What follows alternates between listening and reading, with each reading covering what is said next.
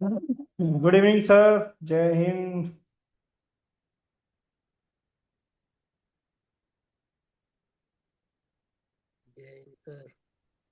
जय हिंद सर। जय हिंद सर। जय हिंद सर।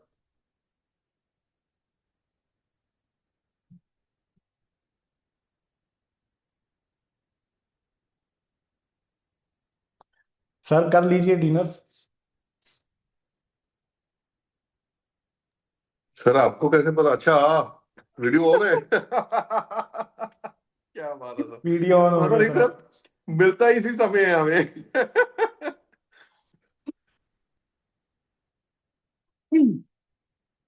मैडम भी वर्किंग है ना, कई बार क्लिनिक से लेट आती है। जी। बस जब आती है तो फिर वो आके बनाती है।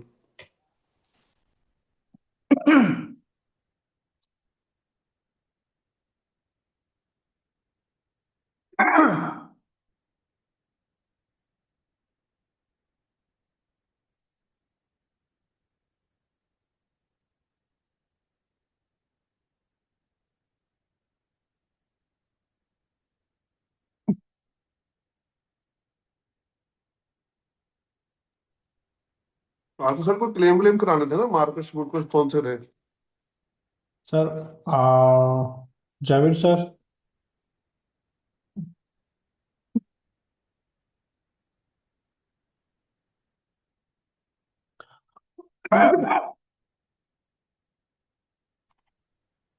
हाँ जी सर। जय Hind everyone, good evening. And in today's session the first question is, आप में से कितने लोगों को इंडियन पेटेंट ऑफिस में पेटेंट फाइल करना आता है? This is my first foremost question, because कल के सेशन में it was my first impression. मुझे ऐसा लग रहा था कि सभी लोगों को इंडियन पेटेंट ऑफिस में पेटेंट फाइल करना आता है, बट इवेंचुअली जब मैंने इंडिविजुअल लोगों से पूछा, तो देखिए, मैं किसी को क्रिटिसाइज नहीं कर रहा हूँ, बट जो फैक्ट है अगर वो मेरे सामने नहीं आएंगे तो how can I help you?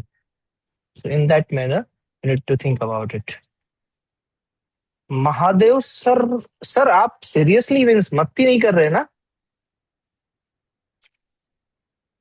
Rajat sir आप तो गलत बोल रहे हैं, आपको तो आता है। मीन्स लास्ट टाइम भी सेशन हुआ है, ये चीजें तो हुई है। मीन्स आप वो सिर्फ सभी लोगों को ये सिर्फ वो कर रहे हैं कि भाई सही लिखो आप, ऐसा। ओके। प्रदीप पाल sir seriously? Sir, Mahadev sir, means नहीं आपने नहीं कभी सर, नहीं, फाइलिंग आई नहीं डोंट नो किया? सर। I don't know. मैं किया नहीं है sir. How can I predict and the person is at such post? अच्छी बात है। चलिए, तो आज ये चीज वैसे कोई बड़ी चीज नहीं है, बट नहीं किया होता है तब तक के लिए बड़ी होती है। आई एम टोटली बस that's great. So I am having एक, हाँ, कृतिका मैडम तो है हमारे पास, the expert one, how to file something. Okay. So let's begin with the filing fundamentals today. So in today's session, the first and foremost objective is to uh, give you a tour about how to file an Indian patent application. Okay. कुछ नहीं करना है, simple सी ही बात है, fill in the blanks. हमने जब छोटे थे तब फिल इन द ब्लैंक्स किया है, वही चीज हमें यहाँ पर करनी है। कैसे करनी है मैं आपको बताता जाऊंगा। सबसे पहला स्टेप, आपको आईपी इंडिया वेबसाइट पे जाना है। आईपी इंडिया वेबसाइट पे कॉम्प्रहेंसिव ई फाइलिंग, यहां पर लिखा है पेटेंट की टैब के अंदर, पेटेंट की टैब के अंदर कॉम्प्रहेंसिव ई फाइलिंग पे आपको जाना है। कॉम्प्रहेंसिव ई फाइलिंग में आपको सभी पेटेंट राइट्स की ई फाइलिंग के गेटवेज मिलेंगे, बट आपको यहाँ पर ई फाइलिंग ऑफ पेटेंट्स पे क्लिक करना है and you are about to proceed to an external website. Click OK to proceed पे क्लिक करना है। जैसे ही आप यहां पर आएंगे, ये एक एक्सटर्नल वेबसाइट है जहां पर आपको आना पड़ेगा। अब सबसे पहली बात, जो न्यू यूजर्स है उनको क्या देखना है, इम्पोर्टेंट प्लीज रीड, ये वाला सेक्शन देखना है। यहां पर आप क्या देखेंगे, user guide and web URL to proceed, sorry, to procure e sign for individual और ऑर्गेनाइजेशन। बहुत ही एक अच्छा कदम उठाया है पेटेंट ऑफिस ने। जो मैं जब बना था 2018 में, और मुझे डिजिटल सिग्नेचर सर्टिफिकेट एक यूएसबी टोकन वाला आता है, यूएसबी साथ में ऐड करना पड़ता है, मीन्स वो यूएसबी से ही आप डिजिटली किसी भी डॉक्यूमेंट को साइन कर सकते हैं। डिफिकल्टी क्या थी वहां पर, कि अगर मैं ट्रैवल कर रहा हूं कहीं पर और मैं अपना वो टोकन लेना भूल गया इन एनी मैनर, या फिर वो मुझसे कहीं खो गया, तो फिर मैं डॉक्यूमेंट्स को तभी साइन कर सकता हूं जब मैं दूसरा वही टोकन प्रोक्योर कर लूं, and it is very tedious job. उस चीज को सोल्व करने के लिए, और साथ में उसकी जो फीस थी, मीन्स टोकन की पर ईयर की, जब मैंने पहली बार ये टोकन को एक्टिवेट करवाया था, तब कुछ मैंने 2 बरस के लिए करवाया था, and it will cost me around 2500 rupees something. अब ये दोनों डिफिकल्टी को ध्यान में रखते हुए, ये यहाँ पर अभी एक सुधार किया गया है, वो है कि आप ई सिग्नेचर परचेज कर सकते हो। हालांकि वो प्रोविजन अभी तक गया नहीं है कि आपको डॉक्यूमेंट यानी यूएसबी वाला टोकन भी यूज कर सकते हो डिजिटल सिग्नेचर सर्टिफिकेट में, और ई सिग्नेचर भी कर सकते हो। अब ई सिग्नेचर क्या है? ई सिग्नेचर हम जब भी कहते हैं ना कि हर एक डॉक्यूमेंट को पेटेंट एजेंट को साइन करना पड़ता है, तो वो साइन कौन सी होती है? अपने हाथों से लिखी हुई साइन नहीं, डिजिटल साइन, जिसे क्या कहा जाता है, ई सिग्नेचर। तो ये ई सिग्नेचर हमें परचेज करना पड़ता है, और ई सिग्नेचर कैसे परचेज करना है उसके बारे में यहाँ पर गाइड दी गई है, where to procure and how to map electronic signature. मैं आपको लेके भी चलता हूं कि आपको कैसे ई सिग्नेचर प्रोक्योर करना है, क्योंकि this is the main essential step. Without procuring this E signature, and that is available at ₹250, around 250, and GST मिला के कुछ 296 टू बी प्रिसाइज। ₹296 में आपको 100 डिजिटल सिग्नेचर्स मिल जाते हैं, and this is the best part. अब मैं वही परचेस करता हूँ 100 सिग्नेचर्स के लिए। कैसे करना है? तो यूजर गाइड यहाँ पर दी गई है, और एक एक्सटर्नल वेबसाइट भी यहाँ पर दी गई है। एक्सटर्नल वेबसाइट पे आप जैसे ही क्लिक करोगे, आप ई मुद्रा के प्लेटफॉर्म पे डायरेक्ट हो जाओगे। ई मुद्रा पे आपने अगर अभी तक अकाउंट नहीं बनाया है तो बना लीजिएगा, साइन अप कर लीजिएगा। उसके लिए भी आपको अपना मोबाइल नंबर लिखना है, और ओटीपी आपके पास आ जाएगा। तो मैं अपना मोबाइल नंबर यहाँ पर लिखता हूं, एंड मेरे पास एक ओटीपी भी आएगा। उस ओटीपी को मुझे यहाँ पर लिखना है, एंड ओटीपी हैज अराइव्ड। मैं यहाँ पर ओटीपी भी लिख देता हूं एंड लॉग इन कर देता हूं। The moment I logged in here, मेरे पास ई सिग्नेचर्स हैं, इसीलिए मेरा पोर्टल आपको एक्टिव एप्लीकेशन ई सिग्नेचर की दिखाएगा। और आपको जैसे मैंने कहा कि एक बार मैंने टोकन भी यूज किया था, यूएसबी टोकन सबसे पहले, और मुझसे खो भी गया था, तो मैंने दूसरा यूएसबी टोकन भी यहाँ पर मंगवाया था। तो दोनों चीजें यहाँ पर आपको रिफ्लेक्ट होगी।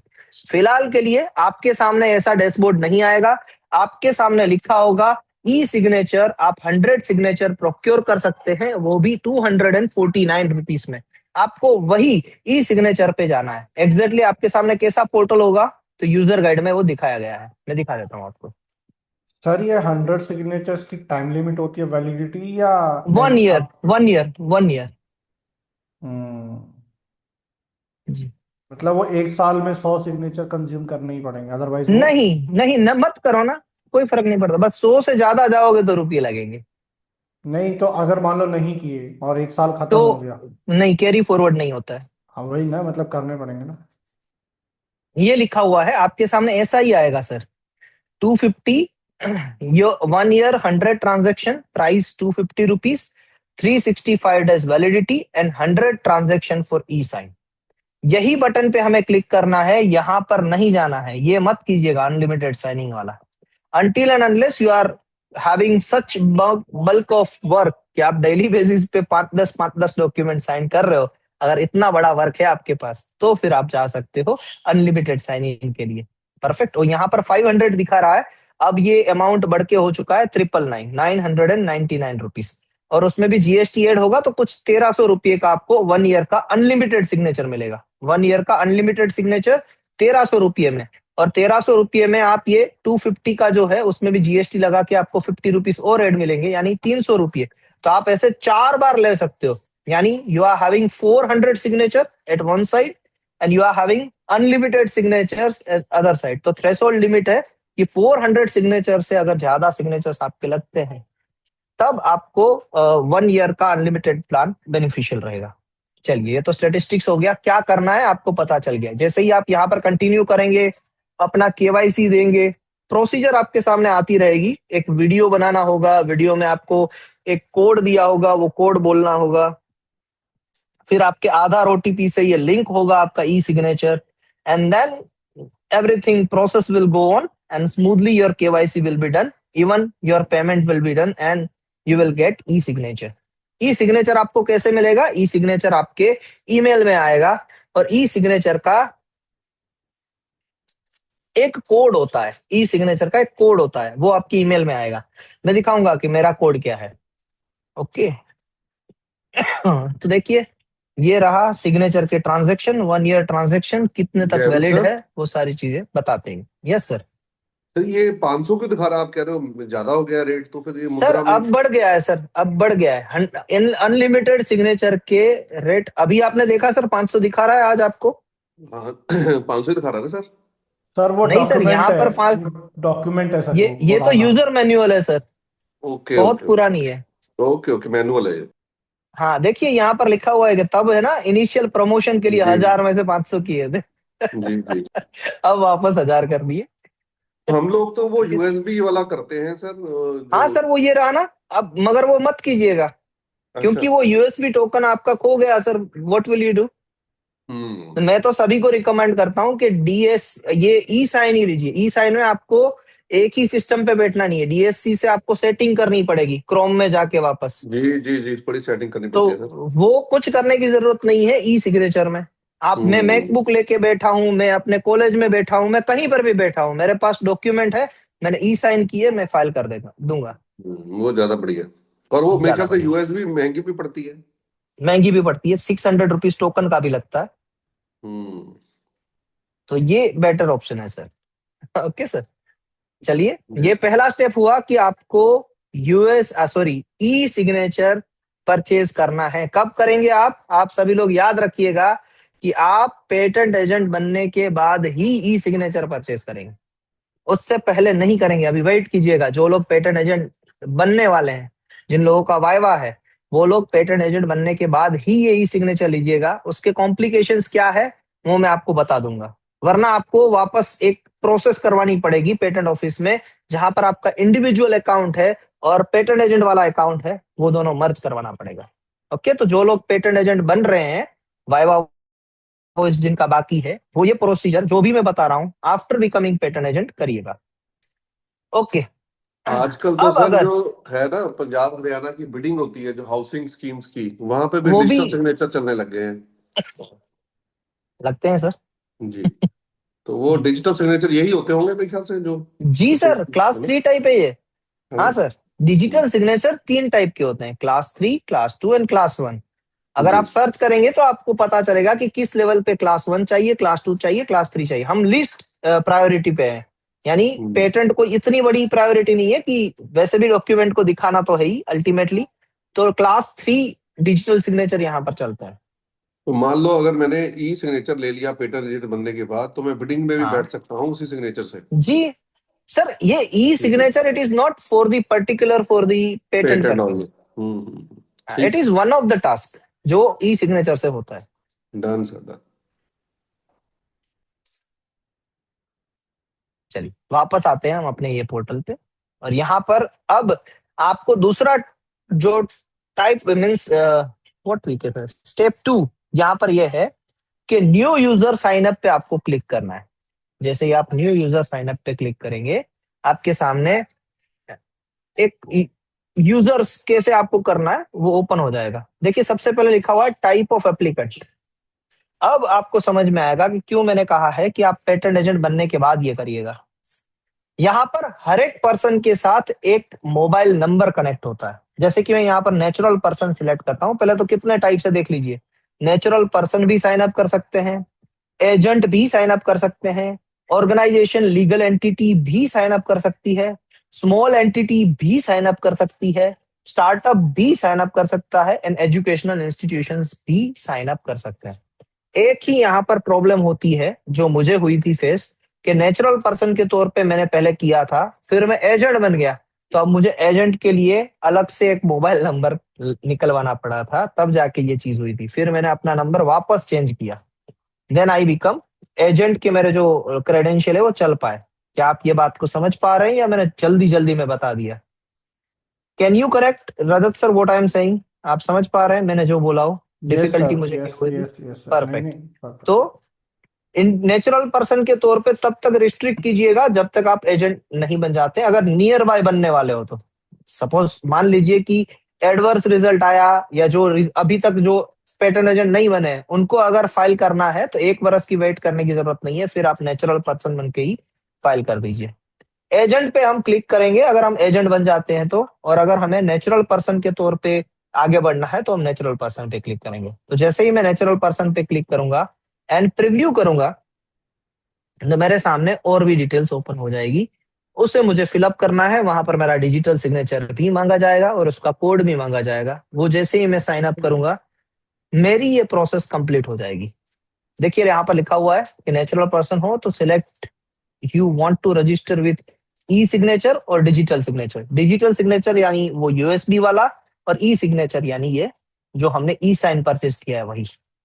जैसे ही मैं ई साइन पे क्लिक करूंगा, यहाँ पर लिखा होगा एंटर ई साइन आईडी।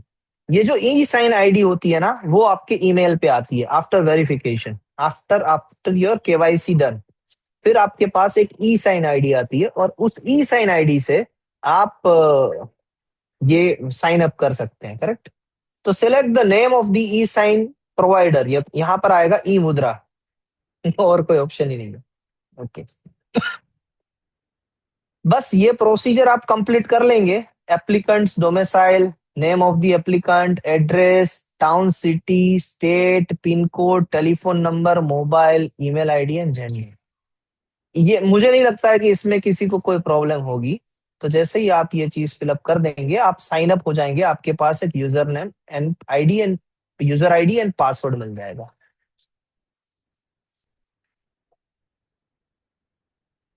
अब उस यूजर आईडी एंड पासवर्ड से आपको यहाँ पर साइन अप करना है। ये आईपी इंडिया का ही गेटवे है जहां पर हम आए थे सबसे पहले।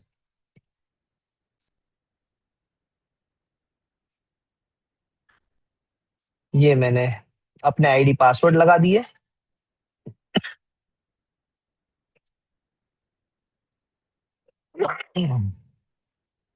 ये मैंने लॉग इन कर दिया। ओके, हाँ देखिए, ये मैं पता नहीं बहुत टाइम से कर रहा हूं, मुझे सफारी में लॉगिन में एरर ही आता है। अब जैसे ही मैं, ये देखिए मेरा सफारी लॉगिन था, अब जैसे ही मैं क्रोम में स्टार्ट करूंगा ना, तो ये मैक जो यूज कर रहे हैं, जिन लोगों के पास भी मैकबुक है या एप्पल के प्रोडक्ट्स हैं, पता नहीं ये लोग क्यों उस पे कंपेटेबल होते ही नहीं है कभी भी। तो आईपी इंडिया पे जाइएगा, क्रोम डाउनलोड कीजिएगा, स्पेसिफिकली क्रोम के अलावा नहीं होगा ये। डीएससी भी जब हमारा चलता है ना, वो भी हमारा उस वो पे भी, इंटरनेट एक्सप्लोरर पे हाँ चलता है। हाँ जी, वो वो विंडोज भी पे चलता है, मैक पे नहीं चलता है। नहीं चलता। ये क्रोम पे पेमेंट हमारी क्रोम पे ही होती है सारी। हाँ जी सर, क्रोम का गेम पेमेंट गेटवे बहुत ही अच्छा है। जी। तो वही ईमेल आईडी एंड पासवर्ड है, मीन्स वही यूजर नेम एंड पासवर्ड है, मैंने यहाँ पर भी ऑलरेडी सेव्ड है, बट दिखिएगा अब वो अपने आप से पोर्टल ओपन हो जाएगा। ये एक प्रॉब्लम थी, चलिए हमने देख लिया। अब यहाँ पर ध्यान से देखिएगा क्या क्या टेब्स है। अब ये ना एक सॉफ्टवेयर की तरह है। आपने जब पहली बार पेंट सीखा होगा, वर्ड सीखा होगा, एक्सेल सीखा होगा, तो उस दिन को याद कीजिएगा, बस एक बार सारी चीजों को ब्रीफ कर लीजिएगा। या फिर आप पेटेंट एजेंट बन रहे हैं, जैसे कि शीतल मैडम है, तो शीतल मैडम और कोई पर्सन का एक यहाँ पर अकाउंट बना ले, अपना ना बनाए। सांघवी मैडम है तो सांघवी मैडम कोई और पर्सन का अकाउंट बना ले, अपना ना बनाए। करेक्ट? और वैसे ही आप एक अकाउंट बना के यहाँ पर चीजें देख लें कि क्या क्या चीजें हैं। तो ऑल फॉर्म्स 1 to 31, अभी 31 ही आया है यहाँ पर, देखिएगा 32 भी नहीं है, 33 भी नहीं है और 34 भी नहीं है। तो ऑल फॉर्म्स 1 to 31 है। नई एप्लीकेशन करनी है तो उसके लिए टैब है। पीसीटी नेशनल फेज एप्लीकेशन, यानी आपको नेशनल फेज अंदर आना है इंडिया में बाहर से 31 मंथ के अंदर अंदर, तो उसके लिए एक टैब है। Form number 2, form number 9, form number 13, form number 16, form number 28, form number 30, renewal of patent, जो ग्रांट होने के बाद रिन्यूअल करना है उसके लिए भी अलग अलग से टैब है। रिप्लाई टू एग्जामिनेशन, एफईआर का रिप्लाई देना है उसके लिए भी टैब है। एंड लास्ट में है पिटिशन अंडर रूल 6। ये चीजें क्या है आप सभी लोगों को पता है, बट कैसे नई एप्लीकेशन फाइल करनी है, कहां पर जाना है सबसे पहले, बाकी का चीज बाद में आपको बताऊंगा। हमारा प्राइमरीली फोकस है यहाँ पर कि मैं सिर्फ आपको उतना इन्फॉर्मेशन दूं कि नई एप्लीकेशन कैसे फाइल करनी है, क्योंकि मैंने अभी जितना भी बोला ना, मुझे ऐसा लग रहा है कि मैं थोड़ा सा आउट ऑफ ट्रैक जा रहा हूँ। तो मैं वापस ट्रैक पे आता हूँ कि हमें स्पेसिफिक एप्लीकेशन कैसे फाइल करनी है उसको पहले हम एक्सप्लोर करते हैं। न्यू एप्लीकेशन पे हमें क्लिक करना है। जैसे ही हम न्यू एप्लीकेशन पे क्लिक करेंगे सबसे पहले वार्निंग आती है। वार्निंग तो नहीं, एक तरीके का इंफॉर्मेशन है, मैं इसको वार्निंग की तरह ही लेता हूँ। If your invention is based on any research information on a biological resource obtained from India, prior approval from the NBA, National Biodiversity Authority, is mandatory for a patent. Section 6 of the Biodiversity Act 2002. Please follow the link for submitting online application nbaindia.org. अगर आपकी application में कहीं पर भी biological resources material use हुआ है तो फिर आपको एनबीए का अप्रूवल चाहिए या फिर एनबीए का रजिस्ट्रेशन चाहिए। रजिस्ट्रेशन किनको चाहिए होगा? अगर इंडियन रिसोर्सेज का यूज कर रहे हैं और खुद भी इंडियन सिटीजन है तो उनको रजिस्ट्रेशन चाहिए। फॉर्म नंबर 8 से मिलेगा वो एनबीए के। एंड अगर आप आउटसाइड इंडिया के कोई पर्सन है जो इंडियन सिटीजन नहीं है और इंडियन रिसोर्सेज का यूज कर रहे हैं तो उस केस में आपको एनबीए का फॉर्म नंबर 7 लगेगा। अप्रूवल चाहिए होगा, फिर रजिस्ट्रेशन इज नॉट अलाउड। सिर्फ रजिस्ट्रेशन से काम नहीं होगा, अप्रूवल चाहिए होगा।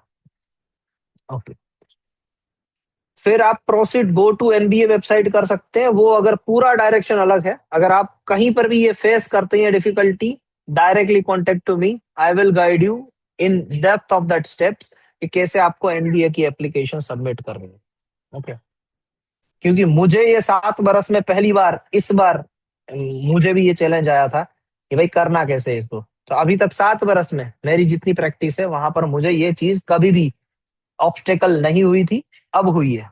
ओके, तो अब हम अगर हमारा इन्वेंशन एनबीए में नहीं जा रहा है, हमारे इन्वेंशन में बायोलॉजिकल रिसोर्सेज नहीं है, तो हम करेंगे proceed to E filing.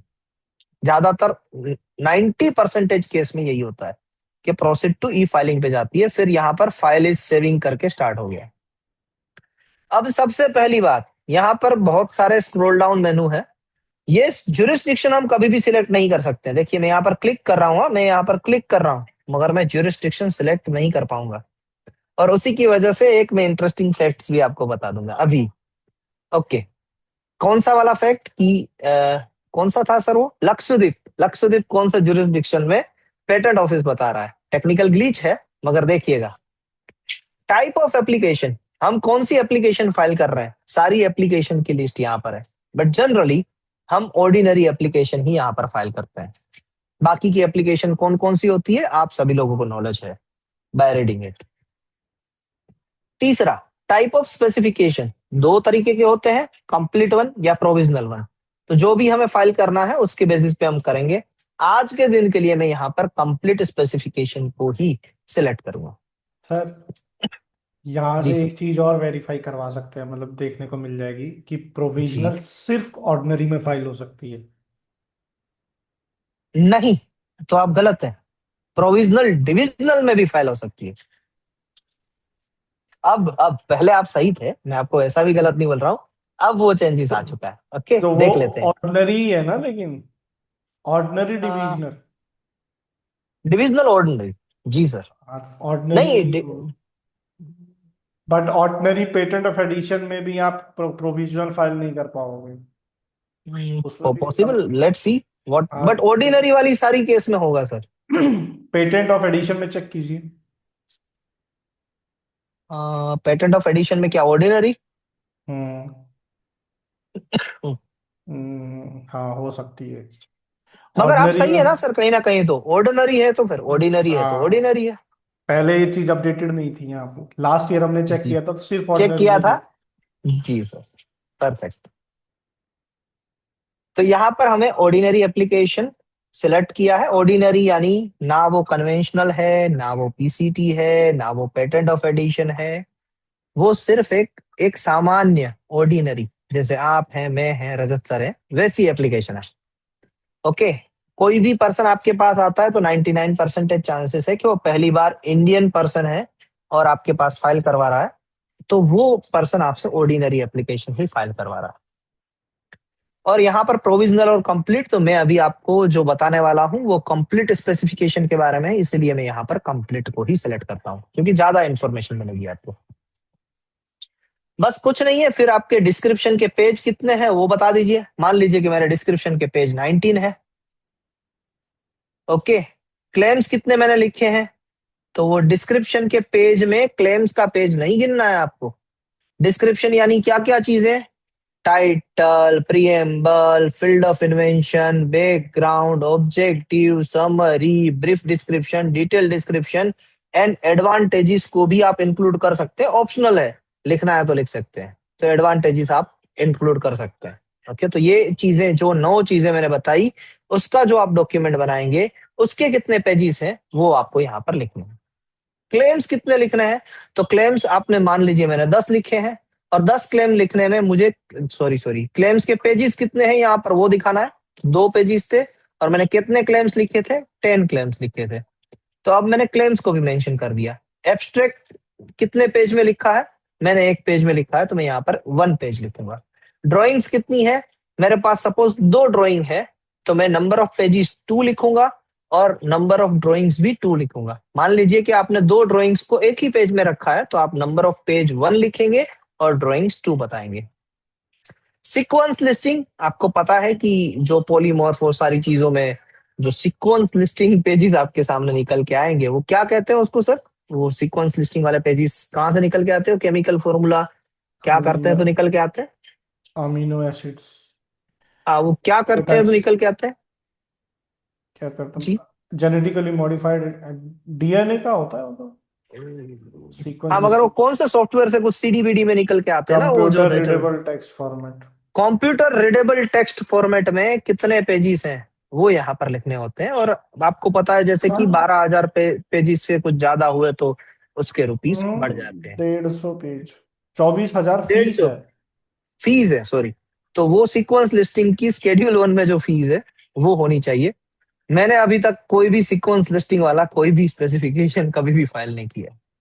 Particular उसका कोई सॉफ्टवेयर अगर है तो वो तो मुझे भी नहीं मालूम है, अभी देखना पड़ेगा सर, सर्च करना नहीं, पड़ेगा वो उसके बारे लास्ट टाइम सर ने बताया भी था। अगर प्रदीप एच सर है ना, प्रदीप एच सर, आपने बताया था, किसी ने तो बताया था, मुझे याद है। अगर लास्ट ईयर की रिकॉर्डिंग्स में। अनिल देखेंगे तो सर बता किसी, पाएंगे।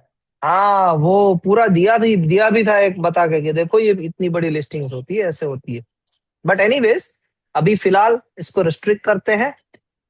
सबसे पहले यहाँ पर टाइटल ऑफ इन्वेंशन ऐड करना होता है। जो आपने टाइटल लिखा था, मैं XYZ लिख देता हूँ। जो टाइटल है वो सभी को पता है कैसे लिखते हैं। Address of service in India, यहाँ पर आपको क्लाइंट से पूछना है कि क्या आप पेटेंट एजेंट यानी मेरा एड्रेस ऑफ सर्विस डालना चाहते हैं, या फिर आप अपना सर्विस ऑफ एड्रेस डलवाना चाहते हैं। Address of service in India का पर्पस क्या होगा कि जितनी भी ट्रांजेक्शन होगी between the patent office and that particular any related to any objections, तो वो सारे ऑब्जेक्शंस फिर उस एड्रेस ऑफ सर्विस पे पोस्ट जाएगा, पोस्ट यहाँ पर जाएगा। तो मैं तो रिकमेंड करूंगा कि क्लाइंट का ही आप यहाँ पर लगवाएं, क्योंकि क्लाइंट बाद में पेटेंट एजेंट को चेंज भी कर सकता है। तो एडवाइजेबल है कि आप क्लाइंट का ही यहाँ पर address they rather than your. But अगर क्लाइंट कहता है कि भाई मैंने आपको रुपये पे किए हैं, आप अपना ही डालो और काम करो, तो फिर हमें हमारे ही डालना होता है। मैं जनरली दोनों साइड से काम करता हूँ, अपना भी डाल सकता हूँ, क्लाइंट कहेगा तो उसका भी डाल सकता हूँ।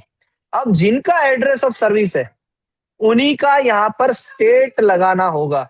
तो मैं अपना स्टेट गुजरात लगाता हूं, मगर मान लीजिए कि मैं लक्षद्वीप लगाता हूं यहाँ पर। किधर गया भाई? ऊपर है। ये रहा, लक्षद्वीप लगाता हूं यहाँ पर, मान लीजिए। तो अब जैसे ही मैंने यहाँ पर लक्षद्वीप सिलेक्ट किया, यहाँ पर जुरिस्डिक्शन आ जाएगा जब मैं सेव करूंगा तब, देखिएगा।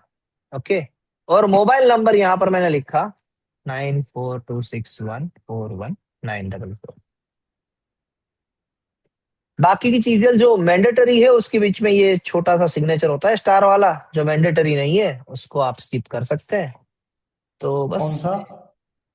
ये सर, ये छोटा सा स्टार जो आता है ना सभी वो इम्पोर्टेंट जो मैंडेटरी चीजें होती है उसमें, वैसे ही है। ओके, अब यहाँ पर लिखा है कि all communication will be send to this email address. तो यहाँ पर भी अगर क्लाइंट का है कि भाई मेरा ही ईमेल आईडी मुझे चाहिए, तो आप उनका भी लिख सकते हैं, या फिर आप अपना भी लिख सकते हैं। तो मैं तो अपना ईमेल आईडी डालता हूँ जनरल। अल्टरनेट ईमेल आईडी में मैं क्लाइंट का डाल देता हूँ, क्योंकि जो भी इंफॉर्मेशन मुझे आ रही है वो क्लाइंट को भी मिल जाए। एब्स्ट्रैक्ट यहाँ पर लिखना है, एब्स्ट्रैक्ट को कॉपी एंड पेस्ट करना है यहाँ पर। डिस्क्रिप्शन जो आपके 1 to 19 पेजेस में, except abstract drawing and claims, जो भी चीजें हैं वो यहाँ पर आपको कॉपी एंड पेस्ट करनी है। एंड क्लेम्स जो है वो यहाँ पर आपको कॉपी एंड पेस्ट करना है। तो ऐसे ही करके आप अपनी एप्लीकेशन मीन्स जो एप्लीकेशन है उसी को कॉपी पेस्ट करते, एप्लीकेशन नहीं, कंप्लीट स्पेसिफिकेशन है उसमें से ही चीजें कॉपी पेस्ट करनी है आपको। ये वन वे कम्युनिकेशन हो रहा है, सभी लोगों को समझ में आ रहा है, या फिर मीन्स इफेक्टिव हो रहा है कि नहीं हो रहा है, मुझे तो वो भी पता नहीं है। नहीं मैं सिर्फ नहीं बोलता समझ जा में रहा हूँ, आ ऐसा रहा लग है। रहा है। यस नहीं सर। सर ऐसे बट मेरा एक क्वेश्चन है, जैसे अगर उसके पास ऑलरेडी है पूरा कंप्लीट स्पेसिफिकेशन, तो ये फाइलिंग इन्वेंटर इन्वेंटर को पेटेंट एजेंट का सिग्नेचर चाहिए ही चाहिए होता है ना सर इसमें नहीं नहीं नहीं, फाइल करने के लिए? मैंने मैडम आपको दिखाया तो सही, इंडिविजुअल करके ही आप लॉग इन कर सकते हैं ना। इंडिविजुअल करके आप साइन अप कर लीजिए और बस। हाँ, प्रोवाइडेड प्रोवाइडेड कि आप बाहर से नहीं है, मीन्स आउट ऑफ इंडिया से नहीं है, हम्म। आप इंडियन होने चाहिए फिर। तो सर फिर अगर जिसने इन्वेंटर ने अगर इतना पेटेंट ड्राफ्ट कर लिया है, तो फिर उसको हम लोग की क्यों यूज है, मतलब फाइल करने के लिए पेटेंट क्योंकि हम एजेंट पे का? कर रहे हैं, मीन्स आप ये मोबाइल, इन्वेंटर ने तो ये मोबाइल बनाया, बट मुझे हाँ। ये खरीदना है तो मैं तो अपने नाम पे ही करवाऊंगा ना, मैं क्यों उनको दूं credit. Okay sir. Applicant applicant अलग होते हैं मैडम, एप्लीकेंट यानी जो इन्वेंशन करवाते हैं वो। आप ऐसा ही जी। मानिएगा, मैं तो दोनों को अलग ही मानता हूँ। हो सकता है कि एप्लीकेंट ही इन्वेंटर हो, गंगाधर ही हम्म। शक्तिमान हो, बट जरूरी नहीं है कि वैसा ही हो। ठीक है सर। जी, तो एड एप्लीकेंट में ही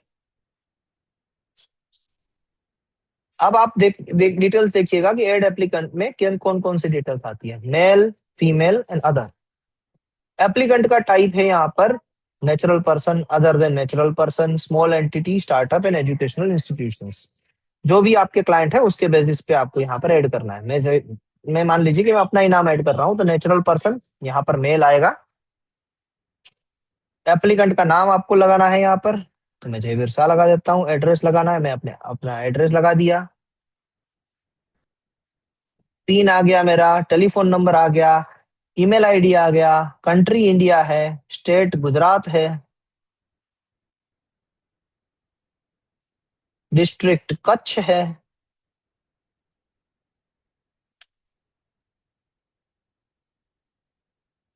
और सिटी मांडवी है। मैं ऐड कर दूंगा यहाँ पर।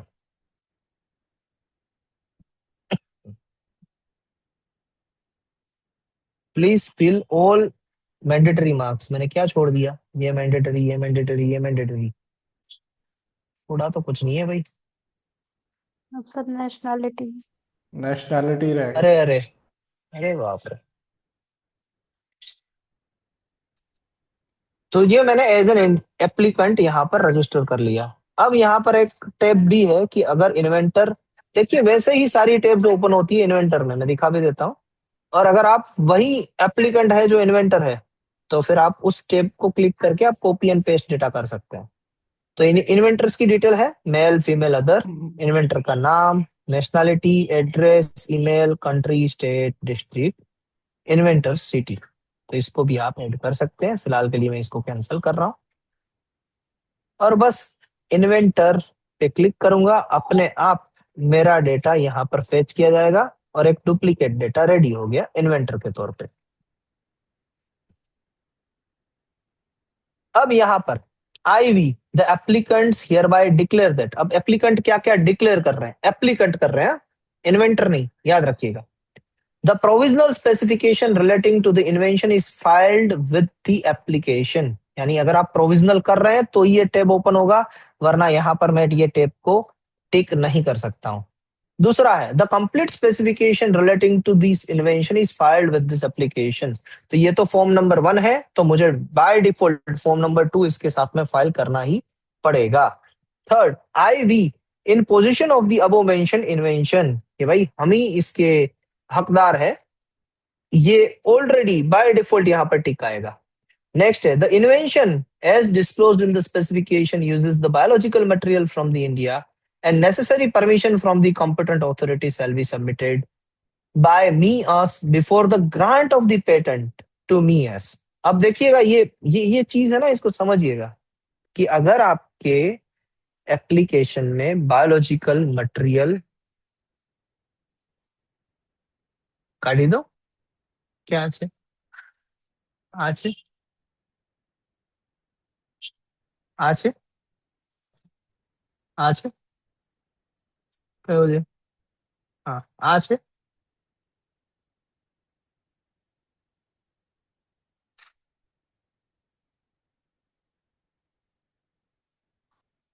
ડન ઉપર નાખી દેજો તીથ ગયો છે બીજું આવી જશે હો हाँ ओके। अगर आपकी एप्लीकेशन में बायोलॉजिकल मटेरियल है और फिर भी आपने वहां पर प्रोसीड टू ई फाइलिंग कर दिया है तो कोई प्रॉब्लम नहीं होगी। क्यों नहीं होगी? क्योंकि यहाँ पर लिखा हुआ है कि बायोलॉजिकल मटेरियल की परमिशन जो भी आपको लेनी होती है, रजिस्ट्रेशन या फिर अप्रूवल, वो दोनों चीज आपको before the grant of the patent लेनी होती है, not before filing the application. अब आप वापस सोचोगे सर वहां पर तो सेक्शन 10 में लिखा हुआ था कि एनडीए में सॉरी आईडीए में हमें बिफोर ग्रांट सबमिशन करना होता है। याद रखिएगा दोनों चीजें अलग अलग है, एनडीए एंड आईडीए। आईडीए में आपका अगर बायोलॉजिकल मटेरियल एकदम नया है, माइक्रो ऑर्गेनिज्म एकदम नया है, तब आप उसको माइक्रो ऑर्गेनिज्म कल्चरल सेंटर में जाके सबमिट करते हैं, डिपॉजिट करते हैं before filing the patent application. वो इंटरनेशनल डिपॉजिटरी अथॉरिटी है। यहाँ पर वो बात नहीं हो रही है, यहाँ पर ये बात हो रही है कि जो भी बायोलॉजिकल मटेरियल है वो ऑलरेडी डिपॉजिटेड है, अब आप उसका यूज कर रहे हैं, अब आप उसका यूज कर रहे हैं। तो यूज जो है वो आपको बताना है before grant of the patent application, correct?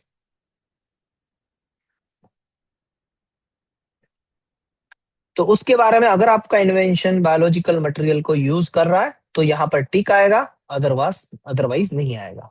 Okay next है there is no lawful ground of objection to the grant of the patent to me और अस। अभी तक आपके सामने कोई भी ऑब्जेक्शंस नहीं है, वो आप बता रहे हैं यहाँ पर, तो बाय डिफॉल्ट टिक है यहाँ पर। फिर है I am we are the assignee और legal representative to the first inventor. अगर यहाँ पर इन्वेंटर की मृत्यु हो चुकी है या फिर इन्वेंटर के तौर पे कोई और पर्सन यहाँ पर फाइल कर रहा है तो यहाँ पर टिक आएगा कि भाई हम ही लीगल रिप्रेजेंटेटिव या असाइनी है ट्रू एंड फर्स्ट इन्वेंटर के। ट्रू एंड फर्स्ट इन्वेंटर का नाम यहाँ पर नहीं मेंशन किया गया है। ओके द एप्लीकेशन और each of the applications particular of which are given in para 5 was the first application in convention countries in respect to my or our invention। देखिए अगर ये आपकी पहली कन्वेंशन कंट्रीज की सबसे पहली प्रायोरिटी वाइज है तभी जाके आप यहाँ पर टिक कीजिएगा। किसी और की एप्लीकेशन है इसको टिक ना भी करो तो भी चलेगा, क्योंकि फॉर्म नंबर 3 में आप और ये डिटेल्स देने ही वाले हो। तो ये सबसे पहली प्रायोरिटी मेरी यहाँ पर है, वो आप बता रहे हो। नेक्स्ट है IV claim the priority from the above mentioned application filed in convention countries and state that no application for the protection in respect of this invention has been made in the convention country before the date by me or us or by any person from which I we derive the title. अगर convention application है और यही आपकी priority date define कर रही है तब आप यहाँ पर क्लिक करेंगे, वरना कोई प्रॉब्लम नहीं है. Next, my our application in India based on international application under PCT as mentioned in para 6. तो ये जो PCT से नेशनल फेज में आते हैं उसके लिए है. नेक्स्ट है, the application is divided out of my our application particular of which are given in para 7 and pay that this application is treated as deemed to have been filed on so and so date under section 16 of this application. तो ये divisional application है, तब जाके आप यहाँ पर click करेंगे. Next है, the said invention is in improvement और modification of the invention particulars of which are given in para 8. तो ये पेटेंट ऑफ एडिशन है, तब जाके आप यहाँ पर टिक करेंगे, अदरवाइज नहीं. ओके, तो अब मेरे ख्याल से ये जो डिक्लेरेशन है वो चीजें समझ में आ चुकी होगी, या कोई डाउट है तो बता दीजिए. It means no doubt. चलिए, सर अब लिखा हुआ है असाइनी वाला टिक करना होगा ना, नहीं करना होगा? सर अगर आप है तो टिक कीजिए, नहीं है, मैं तो जैसे मैं ही हूं, मैंने ही एप्लीकेशन फाइल की है, मैं ही एप्लीकेंट हूं, मैं ही इन्वेंटर हूं, तो मुझे टिक करने की कोई जरूरत नहीं है. Okay okay okay. Patent agent को मैं करने की कोई- जरूरत है सर? हाँ सर, पेटेंट एजेंट को तो करना पड़ेगा, क्योंकि पेटेंट एजेंट को असाइन किया जा रहा है by someone to file on behalf of them. नहीं नहीं नहीं, पेटेंट एजेंट क्यों करेगा? नहीं, अगर लेकिन सर- एप्लीकेंट और इन्वेंटर सेम है तो नहीं करना है, अगर एप्लीकेंट और इन्वेंटर अलग अलग है तो ये टिक होगा. True sir. जनरली यहाँ पर पेटेंट एजेंट जब भी फाइल करते हैं ना सर, अगर हमने ये टिक नहीं किया है ना तो करवा लेते हैं. बाकी आपकी बात सही है कि लिखा हुआ कहीं पर भी नहीं है पेटेंट एजेंट को करना है. यहाँ पर लिखा हुआ तो इतना ही है कि दी असाइनी और legal representative to the true and first inventor. तो ट्रू एंड फर्स्ट जरूरत इन्वेंटर नहीं की है. बात हो रही है. अरे सर नहीं, करवाते हैं पेटेंट सर. अगर मान लो किसी एप्लीकेशन में एप्लीकेंट और इन्वेंटर सेम है हाँ, तो फिर कोई करने की जरूरत नहीं है. और नहीं है, नहीं है तो फिर जो भी देखो सर, इसका मतलब तो यही हुआ कि अगर आप ट्रू एंड फर्स्ट इन्वेंटर का नाम ऐड नहीं कर रहे हो तो बताओ कि वो ट्रू एंड फर्स्ट इन्वेंटर का नाम क्यों ऐड नहीं कर रहे हो, या फिर उसने किसी को असाइन किया है ऑन बिहाफ ऑफ. नहीं है. पेटेंट एजेंट से उसका कोई कनेक्शन थोड़ी है.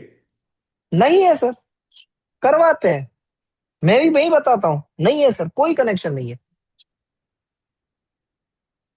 ट्रू एंड फर्स्ट इन्वेंटर से उसका कनेक्शन है. अगर आपने ट्रू एंड वो फर्स्ट इन्वेंटर का क्या है नाम ना नहीं सर, डाला है, वो चलो ठीक है, वो फालतू का बहस हो जाए. और कुछ नहीं है sir.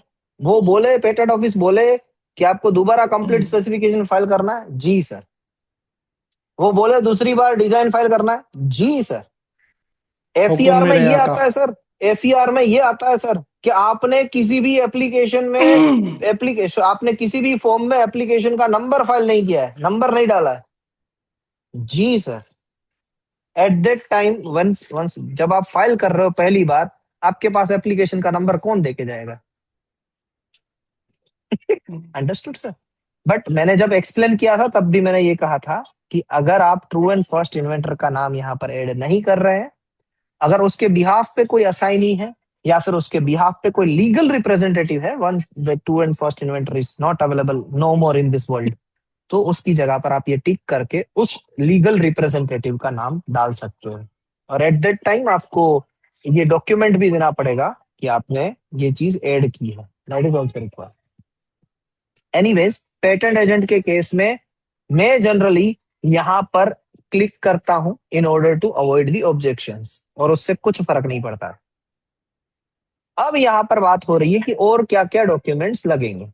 Along with form 1, one or more of the following forms may be selected that shall be proceeds as a bundle form. Okay, तो फॉर्म 1 के साथ दूसरे भी फॉर्म्स लगते हैं जो यहाँ पर आपको ऐड करने पड़ेंगे, और ऑटोमेटिकली आपको ये मींस ये प्रोसेस के बाद जनरेट भी होंगे, वो भी दिखाता हूं कैसे. Respective forms shall be signed and uploaded separately. देखिए बाकी के जो फॉर्म्स होते हैं, जैसे कि मैंने, आप सभी लोगों को पता है कि फॉर्म्स जब फाइल करते हैं, फाइलिंग के टाइम पे कौन कौन से फॉर्म लगते हैं। Form number 1 application for grant of patent, ये हम जो फाइल कर रहे हैं वो। फॉर्म नंबर 2 कंप्लीट स्पेसिफिकेशन या provisional specification. Form number 3 statement and undertaking. Form number 5 declaration of इन्वेंटरशिप। Form number 9 भी आप यूज कर सकती हैं, ऑप्शनल फॉर्म है। Form number 9 for expedited examination. Form number 18 for the request for examination, वहां पर normal लिखा हुआ है तो 18A अलग होता है, 18 अलग होता है। And form number 28 for startup and small entity, जो आप बता रहे हो वो डिफाइन करने के लिए फॉर्म नंबर 28। एजुकेशनल इंस्टीट्यूशन भी इसके ही अंदर आती है। फॉर्म 5 तो अब तभी करना है ना अगर एप्लीकेंट और इन्वेंटर लग गए, जी सर, अदरवाइज तो नहीं मगर करना। हाँ सर, फिर भी कर दीजिए, यहाँ पर मांगते हैं, मैं दिखाता हूँ कहाँ पर मांगते हैं। ये बात भी आपकी सही है कि एप्लीकेंट या इन्वेंटर अलग अलग हैं, तभी जाके फाइल करना होता है। बट ये प्रोसीजर अभी इतनी, मीन्स ये कहूंगा ना कि थोड़ी सी टीडीएस है। इसमें मांगा जाएगा तो मैं तो फॉर्म नंबर 5 बना के भी ऐड कर देता हूँ। बट आपकी बात भी सही है कि अगर दोनों अलग अलग है तभी जाके करो, वरना कोई मीनिंग नहीं बनता है। नहीं बनता है फिर भी डाल दो। करेक्ट। अब ये form number 9, form number 18 and form number 28 अगर आपको फाइल करने हैं यहाँ पर अलॉन्ग विद दैट, तो आप इसमें टिक करोगे तो क्या फायदा होगा। इसको आप सेपरेटली भी फाइल कर सकते हो, कोई प्रॉब्लम नहीं है, क्योंकि फॉर्म नंबर 9 18 महीने में कभी भी फाइल हो सकता है। फॉर्म नंबर 18 31 मंथ्स में कभी भी फाइल हो सकता है। तो आप सेपरेटली भी फाइल कर सकते हो अलॉन्ग विथ इट। अगर आपने यहाँ पर टिक किया तो ये सिस्टम ऐसी एक ब्यूटीफुल फंक्शन है इस सिस्टम का कि ये सिस्टम आपका form number 9 and form number 18 history में जनरेट अपने आप करके देगा, बंडल बना देगा इसका। यानी form number 1, form number 2, form number 9 and form number 18, ये चारों का बंडल बन जाएगा। जहां पर भी पेमेंट करनी होगी एक्सेप्ट फॉर्म नंबर 2, वो बंडल्ड बनेगा ही बनेगा। दिखाऊंगा कैसे।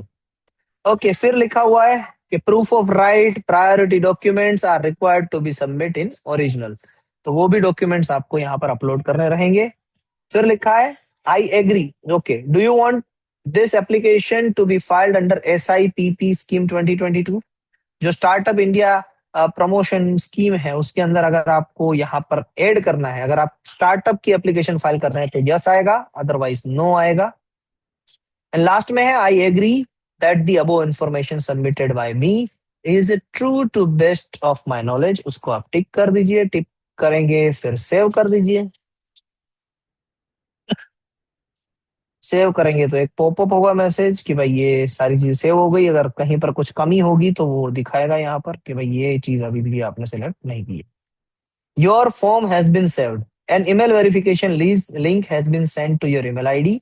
फर्दर एक्शंस कि भाई यहाँ पर ईमेल आईडी को आपको क्लिक करना है। फिर यहाँ पर लिखा हुआ है, नहीं जूम होगा यहाँ पर कि नहीं होगा, पहले ओके पे क्लिक करो, तो फिर जूम क्या करना है, यही तो बात दिखानी है। तो इसका स्क्रीनशॉट ले लो ना। ओके, दिख रहा है सभी को तो ना लो, नहीं दिख रहा है तो ले लो, दिख तो वरना रहा है। मैं प्रोसेस तो, हाँ नहीं नहीं, प्रोसेस तो सर ये पॉप करने ही दिख रहा वाला है हूँ। सर, पॉपअप तो दिख क्लियर। रहा है। जी, okay, click on the form history. Form history पे जाना है, फिर ड्राफ्टेड फॉर्म पे जाना है, फिर अपलोड करना है, और फिर आप जैसे ही साइन करेंगे डॉक्यूमेंट्स को उसके बाद में verification of the email ID करेंगे, फिर आपकी प्रोसेस डन हो गई। तो ये पूरी प्रोसीजर यहाँ पर बताई गई है, गाइड किया गया है कि आगे क्या करना है। तो पहले सेव करना है, सेव करने के बाद आप अपलोड पे जा सकते हैं। अब मैं अपलोड पे जा रहा हूँ। अपलोड पे आप जाओगे तो अपलोड पे आपको बहुत सारे यहाँ पर फॉर्म टाइप्स मिलेंगे। क्या क्या, फॉर्म नंबर 1 यहाँ पर अपलोड करना है, प्रोविजनल स्पेसिफिकेशन अगर आपने प्रोविजनल सिलेक्ट किया है तो, वरना नहीं। ड्राइंग्स आपको अपलोड करनी है। फॉर्म फॉर स्मॉल एंटिटी, अगर स्मॉल एंटिटी है तो यहाँ पर देना है। Evidence for registration under SSI, यानी अगर स्टार्टअप है तो यहाँ पर एविडेंस भी देने होंगे। एजुकेशनल इंस्टीट्यूशन है तो अगर टेक्निकल इंस्टीट्यूशन है तो उसमें EOA letter, extension of approval letter भी यहाँ पर देना होगा। Proof of right, proof of right अगर है डॉक्यूमेंट तो वो भी फाइल करना होगा कि इन्वेंटर कोई अलग है मगर प्रूफ ऑफ राइट आपके पास है। सीक्वेंस लिस्टिंग इन PDF वो यहाँ पर अपलोड करनी है। सीक्वेंस लिस्टिंग इन TXT फॉर्म वो भी अपलोड कर सकते हैं। सीक्वेंस लिस्टिंग इन XML फॉर्म वो भी अपलोड कर सकते हैं। कंप्लीट स्पेसिफिकेशन अपलोड कर सकते हैं, प्रायोरिटी डॉक्यूमेंट्स यहाँ पर अपलोड कर सकते हैं, translation of the priority document upload कर सकते हैं, स्टेटमेंट और undertaking form 3, power of authority form number 26, declaration of इन्वेंटरशिप form number 5 and figure of abstract, ये सारी चीजें आप अपलोड कर सकते हैं। यानी आपको क्या क्या चीजें चाहिए होगी इसकी लिस्ट मैं आपको बता देता हूँ। फॉर्म नंबर 1, सर फॉर्म सारे नंबर, चाहिए, सिर्फ सीक्वेंस हाँ लिस्टिंग छोड़ के, अगर नहीं है वो मेंशन तो। नहीं सर, इतनी सारी भी नहीं। Form number priority 1, document form और number 2, translation of priority document optional हो सकता है। जी ऑप्शनल हो सकता है। तो form number 1, form number 2, form number 3, form number 5, abstract, claim, drawing and figure of abstract, and form number 26, और साथ में अगर फॉर्म नंबर 28 लग रहा है तो, अदरवाइज नॉट। बस इतने डॉक्यूमेंट्स चाहिए होंगे यहाँ पर। हाँ चलिए एक एक करके, मीन्स दिखाऊं मैं फाइल करके कि आप एक एक में दिखा देता हूँ कैसे अपलोड होता है। तो फॉर्म नंबर 1 यहाँ पर गए, आप चूज कीजिए फाइल को। अ, कोई भी पीडीएफ कर दो। जी सर, मगर फॉर्म नंबर 1 ही करते हैं ना जिनका हुआ है। ये रहा फॉर्म नंबर 1, पीडीएफ फॉर्मेट में चाहिए होगा। जैसे ही आप अपलोड करेंगे सबमिट होगा, वो चीजें आप सबमिट करेंगे। फॉर्म नंबर 1, 2, 3, 5, 9 या कोई भी फॉर्म्स आपको चाहिए डॉक फाइल में, तो आप गूगल पे सर्च करेंगे कि फॉर्म नंबर 1 डॉक फाइल, या फिर आपके पास पेटेंट फॉर्म्स यहाँ पर है। मुझे एक सेकंड करें, पेटेंट फॉर्म्स, और पेटेंट फॉर्म्स एंड फीस पे आप जाएंगे शेड्यूल 1 में, तो सारे फॉर्म्स आपके पास है यहाँ पर पीडीएफ फॉर्मेट में। अब ये पीडीएफ फॉर्मेट को आप डॉक में कन्वर्ट कर लीजिए, डॉक्यूमेंट फॉर्मेट में, क्योंकि आपको एडिट करना होगा। बस उसके बाद में एडिट करके फिर वही डॉक्यूमेंट को आप अपलोड कीजिए। किसी से मत लीजिए, कोई अगर मैं भी आपको प्रोवाइड कर रहा हूं, मैं रिकमेंड करूंगा कि मुझसे मत लीजिए। क्यों? लास्ट टाइम क्या हुआ था, बहुत सारे लोगों ने, मैंने एक ग्रुप में डाल दिया था, मेरे पहली बार था, मैं पढ़ाने में बहुत एक्साइटेड था कि भाई मैं सभी को बताऊं ये चीज कैसे होती है। तो मैंने क्या किया कि ये फॉर्म नंबर 3 भी सभी को दे दिया। अब हुआ क्या कि बहुत सारे लोग, यानी 10 से 12 ऐसी एप्लीकेशन होगी जहां पर ये फॉर्म नंबर 3 रिजेक्ट हुआ। रिजेक्ट होने की वजह ये नहीं थी कि मैंने गलत दिया है, रिजेक्ट होने की वजह रूल नंबर 12 में अमेंडमेंट हुआ था, वो थी कि रूल नंबर 12 अब ये कह रहा है कि आपको 6 महीने के अंदर अंदर, यानी पहले से, किसमें, इनिशियल फाइलिंग से 6 महीने के अंदर अंदर आपको फॉर्म नंबर 3 फाइल करना है। प्लस उसमें एक क्लोज बढ़ गया है रूल नंबर 12 का कि आप एफईआर में अगर आपसे मांगा जाए तो 3 महीने में भी आप देंगे। ये एक जो सेकंड कंडीशन है ना, ये वाली कंडीशन, कुछ तो डिफरेंस है। हाँ शायद वो नहीं, मैंने बोला वो नहीं, बट यहाँ पर ये जो चीज लिखी हुई है, ये एप्लीकेशन आपके जो ओल्ड जो वर्जन था फॉर्म नंबर 3 का, उससे ज्यादा डिटेल्स है यहाँ पर अवेलेबल। तो वो चीज वो देखते हैं, अगर आपने इसी तरीके से फॉर्म नंबर 3 नहीं फाइल किया तो वो आपको रीफाइल करने के लिए कहते हैं, और आपके पहले फॉर्म नंबर 3 को वैलिड नहीं गिनते हैं। तो मैं रिकमेंड करूंगा कि आप यहाँ से ही आके पीडीएफ को पहले डॉक में कन्वर्ट करें, और फिर ही आप उस डॉक को वापस पीडीएफ में कन्वर्ट करके अपलोड करें। सर डॉक में क्यों कन्वर्ट करना है? एडिट कैसे करोगे सर? अच्छा, वो तो हो जाएगा। हाँ तो बस वन ऑफ द वे ये है, अगर आपके पास कोई और रास्ता है, एडिट कर लो और अपलोड कर दो, इट्स अप टू यू।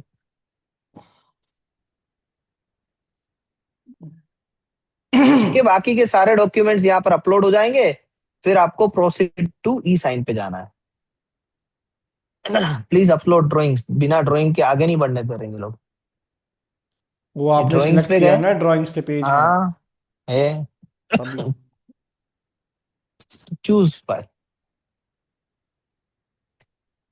ये ड्राइंग मैंने अपलोड कर दी। अब और हाँ, क्या क्या चीजें मांगते हैं वो भी देखें। फोन नंबर 2 इसको भी थोड़ा मांगना जूम। चाहिए। हो गया, ओके जूम करूं वापस जाके। ये बाद में ये डॉक्यूमेंट ई साइन होते हैं। ई साइन भी कैसे होता है मैं एक बार आपको प्रोसीजर बता देता हूँ। जैसे ही आप ई साइन पे क्लिक करेंगे चलिए, कोई बात नहीं, हम होम पे जाते हैं वापस। ये ई साइन का चक्कर है ना, ऐसे ही चलता है बाबू भैया। कभी कभी ई साइन होती ई है, कभी साइन कभी नहीं क्रोम में होती है। हो जाती है सर हमारे, हाँ हाँ सर, होते अभी हैं। दिखाऊंगा सर आपको करके। सर देखिए, अब आपका मेरा जैसे एक बार चला गया, अब ये फॉर्म सेव्ड है, कहां पर सेव्ड है? फॉर्म फॉर्म हिस्ट्री में हिस्ट्री जाइएगा, फॉर्म हिस्ट्री ड्राफ्टेड। में। जी, ड्राफ्टेड फॉर्म्स में। सर अच्छा ड्राफ्टेड। सर, एक सभी लोग एक बार मुझे बताइए कि कुछ ऐसा सिमिलर प्रोसेस पहले देखा है कहीं? सर मैंने वो ट्रेडमार्क में देखा है, बट ट्रेडमार्क में इतने सारे फॉर्म्स हैं। नॉट हाँ फाइलिंग। सर, हम फॉर्म भरते तब होता था जो ये एग्जामिनेशन एग्जाम का। का फॉर्म भरते हैं वो भी, उसका भी स्ट्रक्चर कुछ ऐसा ही होता है वहां पे। एग्जाम का फॉर्म ही फॉर्म नंबर कौन सा है? वही है ना, 1600 रुपये वाला फॉर्म नंबर 23 है ना वो? 22। 22 या 23? तो वो तो टू 3200 रुपये नहीं वाला है, वो सर, तो अब आएगा। अब ट्वेंटी आएगा वो। 22 ही होता है, बस उसकी फीस 1600 रुपये लगती है एग्जामिनेशन के लिए। वो एग्जामिनेशन के लिए नहीं है, वो पेटेंट बनने के ओके। बाद है। मैम जो आपने अभी ये पेपर के लिए जो फॉर्म भरा था ना, अच्छा, फॉर्म वो 22 भी है। फॉर्म ही वो है भी इसका? वो भी फॉर्म 22 ही है, उसकी फीस 1600 लगी है वहां पे अभी। नहीं सर, तो वो फॉर्म नंबर 30 है, मैं दिखाऊंगा, वो भी दिखाऊंगा। उसकी फीस लगती है 1600 रुपये लगती है, और वो मेंशन होगा शेड्यूल 1 में। चलो, नेवरदलेस हम पहले ये डिस्कशन कर लेते हैं कि इसमें क्या क्या है। सर देखिए आपने यहाँ पर मुझे कुछ पूछा? नहीं। नहीं है ना? मैंने आपको कहा था सर कि सीक्वेंस लिस्टिंग का क्या आपके पास कुछ था? लास्ट टाइम आपने कुछ दिया था सीक्वेंस लिस्टिंग के बारे में, सीडी या ऐसा कुछ? नहीं, हम डिस्कस कर रहे थे सर एक्चुअली सीक्वेंस लिस्टिंग का। ये जो डीएनए का कोड रहता है ना, 1000 ऐसा कुछ। हाँ, कोई तो document, I think, I don't remember, debate चल रहा था कि वो बोल रहे थे कि अराउंड 2000 पेज का कुछ डॉक्यूमेंट, ऐसा कुछ तो चल रहा था। तब आपके वहां पर कुछ हो रहा था, या मुझे पता नहीं, आपका नाम याद आ गया कि नहीं आपने कुछ वहां नहीं पर नहीं कंट्रीब्यूट किया था। नहीं सर, एक्चुअली मैं थोड़ा वो सर्च कर रहा था सीक्वेंस लिस्टिंग में क्या हाँ, होता है कि नहीं होता है ओके। वहां पे। वो उतना ही चेक कर रहा था मैं। कोई तो अच्छे से डॉक्यूमेंट भी दिखाया था हमें, स्क्रीनशॉट वो भेज अनिल के। सर दिखाए थे, अनिल सर दिखाए थे। सारिका मैडम, अनिल हाँ, सर नहीं दिखाया था ना लास्ट टाइम? सारिका मैडम की मेमोरी परफेक्ट है, और रजत सर की परफेक्ट है। लेडीज लोगों का रहता है। अरे नहीं भाई, ये बंदा बैठा है आपके सामने, रजत गर्ग। छोड़ दो इनको, इसकी मेमोरी जितनी शार्प तो मैंने जिंदगी में किसी के ना देखी हो। उस दिन शादी आपने होने सर ऐसा कहा था, उस दिन नहीं ये वर्ड बोला था, उस दिन में कौन से वर्ड की बात कर रहा है भाई तू? इसके सर, पास सारी कॉल्स। शादी होने अरे तक। सर, कॉल्स की सारी रिकॉर्डिंग्स और कॉल्स की सारी रिकॉर्डिंग दिमाग में भी है, फोन में तो ही है। नहीं नहीं उस दिन ये सर, बोला, अरे उस दिन कहाँ पता होता है भैया। सर सुनो सुनो ना सर, शादी के बाद वो शादी का डेट भी बहुत भूल जाएंगे प्रॉब्लम आप। आएगा सर रुको, अभी। वेट करो, वेट करो। उस दिन ऐसा बोला था ओके। तो बहुत प्रॉब्लम हो जाएगा नहीं नहीं, वही बोल रहा हूँ मैडम, किसको? शादी के बाद शादी का डेट भी याद नहीं रजत रहेगा सर उनको। को। रुकिए थोड़ा। नहीं नहीं, ऐसा उसके जरूरी बाद नहीं जो है। है ना, शादी के बाद तो वाइफ को याद रहता है, उस दिन आपने मुझे ऐसा कहा था और वो नहीं किया है। नहीं सर, याद तो सभी को रहता है, भूलने में ही भलाई है। बोलने में चलो। भलाई। हाथ से जितनी जल्दी भुला दिए जाए उतना अच्छा है। अच्छा है, that's why the eraser is given by the god to us. चलिए, अब देखिए, मैंने जैसे आपको कहा था कि फॉर्म नंबर 1 हमने जैसे ही फाइल किया, तो फॉर्म नंबर 1 के साथ 1600 रुपये उसकी फाइलिंग डेट। ये नीचे का मत देखिएगा, ये साला कैसे हो गया, आई बीम प्रिडिक्शन सिस्टम, छोड़ो भाई इसको भी। ये तो सर का है ना? हाँ, ओके सर, चलो इसको पहले कैंसिल करते हैं, डिस्कार्ड। चलिए, अब ये आ गया। हाँ, ये हो गया 1 2 एंड 3, ऐसे आपके पास बंडल्ड बन गए। ये बंडल अपने आप आपके सामने क्रिएट हुआ है। Form number 1, form number 9, form number 18, मैंने कुछ नहीं किया है। ईमेल नॉट वेरीफाइड, मैं वेरीफाई कर देता हूं। जैसे आपकी ईमेल आईडी पे एक वेरिफिकेशन लिंक आएगी, कुछ नहीं है यहाँ पर, वो लिंक पे आप क्लिक करोगे, ये वेरीफाइड हो जाएगा।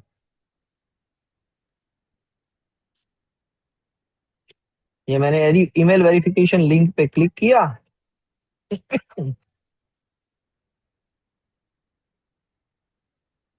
और ईमेल इज वेरीफाइड सक्सेसफुली। अब मैं जैसे ही इसको रिफ्रेश करूंगा, मेरा ईमेल वेरीफाइड हो गया होगा, email verified. Okay, email verification हो गया। अब मैं आपको बता रहा हूं कि फॉर्म नंबर 1 का अगर आपको डायरेक्ट डॉक्यूमेंट यहां से जनरेट करना है, तो देखिए मैंने ये टिक किया फॉर्म नंबर 1 पे। मैं यहाँ पर जाऊंगा प्रीव्यू में, तो वो मेरा फॉर्म नंबर 1 पूरा दिखाएगा। ये रहा मेरा फॉर्म नंबर 1। इसको निकाल लीजिए, इन्वेंटर की साइंस ले लीजिए, इन्वेंटर का एक साइन लेके इसके साथ में पेज अटैच कर दीजिए, बस आपका फॉर्म नंबर 1 हो गया। काफी, यानी 80% ऑफ कंट्रोलर इस प्रोसेस को चला लेते हैं अगर आपने इन्वेंटर का, एप्लीकेंट का और इन्वेंटर का पेज ऐड किया है तो, सिग्नेचर वाला, ओरिजिनल सिग्नेचर वाला। काफी लोग नहीं भी चलाते हैं, तो उनके लिए फॉर्म 1 आपको डॉक फॉर्मेट में डाल के फिर आपको सारी चीजें फिलअप करके फिर अपलोड करना होता है। ओके, इसमें आप प्रिंट भी ले सकते हो और उसे ही अपलोड कर सकते हो। ये चीजें अपलोड करनी पड़ेगी, कहां पर करनी पड़ेगी वो भी दिखा देता हूं। ये फॉर्म नंबर 1 है, उसे आप अपलोड कीजिए यहाँ पर। ये अपलोड बटन पे क्लिक करना है, और जैसे आप अपलोड पे जाओगे वापस आपके सामने वही सारी चीजें ओपन हो गई जो हमने अभी तक देखी थी। वो चीजें अपलोड करते जाइए। अभी तक क्या है यहाँ पर, फॉर्म 1 ड्रॉइंग्स ही अपलोडेड है, फिर form number 2, 3, 5 figure of abstract, drawing, claims, form number 28, form number 26 power of attorney, अगर आप ऑथोरिटी, अगर आप पेटेंट एजेंट है तो वो सारी चीजें ऐड करनी है। क्या क्या चीजें ऐड करनी है, जब भी आप प्रैक्टिकली करोगे तो मुझे एक बार फोन कर दीजिएगा, मैं आपको एक बार में ही गाइड कर दूंगा कि क्या क्या चीजें आपको अपलोड करनी है। वापस आते हैं फॉर्म हिस्ट्री में, ड्राफ्टेड फॉर्म्स में। वैसे ही आपके सामने फॉर्म नंबर 9 भी अपने आप आता है। मैं पॉइंट नंबर 2, फॉर्म नंबर 9, इसको भी आपको प्रीव्यू करवा देता हूं। अपने आप ये फॉर्म बन चुका है, अपने आप, आपको कुछ नहीं करना है। It is already created. Print करो, अपलोड करो, आपका सिग्नेचर है। अगर सिग्नेटरी ऑथोरिटी आप है, मीन्स पेटेंट एजेंट हो आप, और आप कर रहे हो, तो आपको यहाँ पर इसको डाउनलोड करके साइन करने की जरूरत नहीं है। आप डिजिटली साइन सारे डॉक्यूमेंट को करने ही वाले हो। बस ये हो गया। अब इसके बाद में तीसरा फॉर्म नंबर आता है अपना, फॉर्म नंबर 18। वो फॉर्म नंबर 18 भी आप एक बार डाउनलोड कर लो, और सभी जगह पर, जैसे कि ये फॉर्म नंबर 9 है तो यहाँ पर फॉर्म नंबर 9 पे टिक करके आप यहाँ पर अपलोड कर दो। ये फॉर्म नंबर 9 को आप यहाँ पर अपलोड कर सकते हैं। बस सिलेक्ट कर लो फॉर्म नंबर 9 को,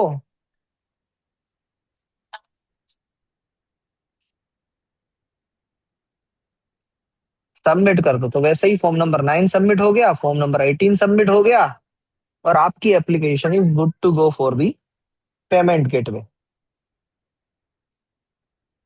इसको भी ई साइन करना पड़ता है। हाँ, मैंने ई साइन की प्रोसीजर आपके सामने नहीं रखी। चलिए, ई साइन पे जैसे ही आप क्लिक करोगे, ये ई साइन देखियो, मैंने आपको कहा था ना कि मेरी एक ई साइन आईडी आएगी, ये मेरी है ई साइन आईडी, और नाम भी लिखा हुआ है। फिर इसको टिक कीजिए, साइन डॉक्यूमेंट पे क्लिक कीजिए। जैसे ही साइन डॉक्यूमेंट पे आप क्लिक करेंगे, आपको एक एक्सटर्नल वेबसाइट पे लिंक ले लिया जाएगा। एक्सटर्नल वेबसाइट पे आप अपनी पिन डालेंगे, ओटीपी लेंगे, और ओटीपी से आप यहाँ पर क्लिक करेंगे परफॉर्म ई साइन, तो आपका डॉक्यूमेंट हो जाएगा ई साइन। बस उतना ही काम होता है ई सिग्नेचर का।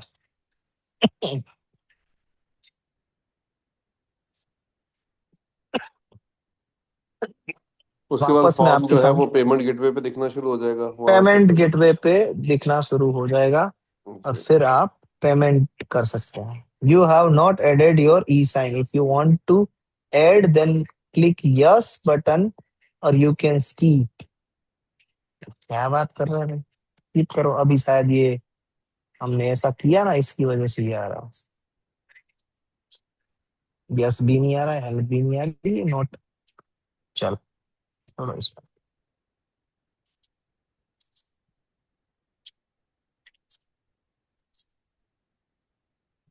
फॉर्म हिस्ट्री पे आप जाएंगे, ड्राफ्टेड फॉर्म्स में जाएंगे, फिर ये तीनों होने के बाद, ई सिग्नेचर होने के बाद, जैसे ही आप यहाँ पर जैसे ही आप यहाँ पर ये सारी चीजें परफॉर्म कर देंगे ना, तो ई सिग्नेचर करने को बोलेंगे। ई सिग्नेचर के बाद यहाँ पर आप व्यू कर सकते हैं डॉक्यूमेंट जो भी आपने अपलोड किए हैं तो। और जैसे ही आप अपलोड करते हैं, मान लीजिए कि मैं यहाँ पर गया ये फॉर्म नंबर 1 में, और फॉर्म नंबर 1 में मैं अपलोड पे गया,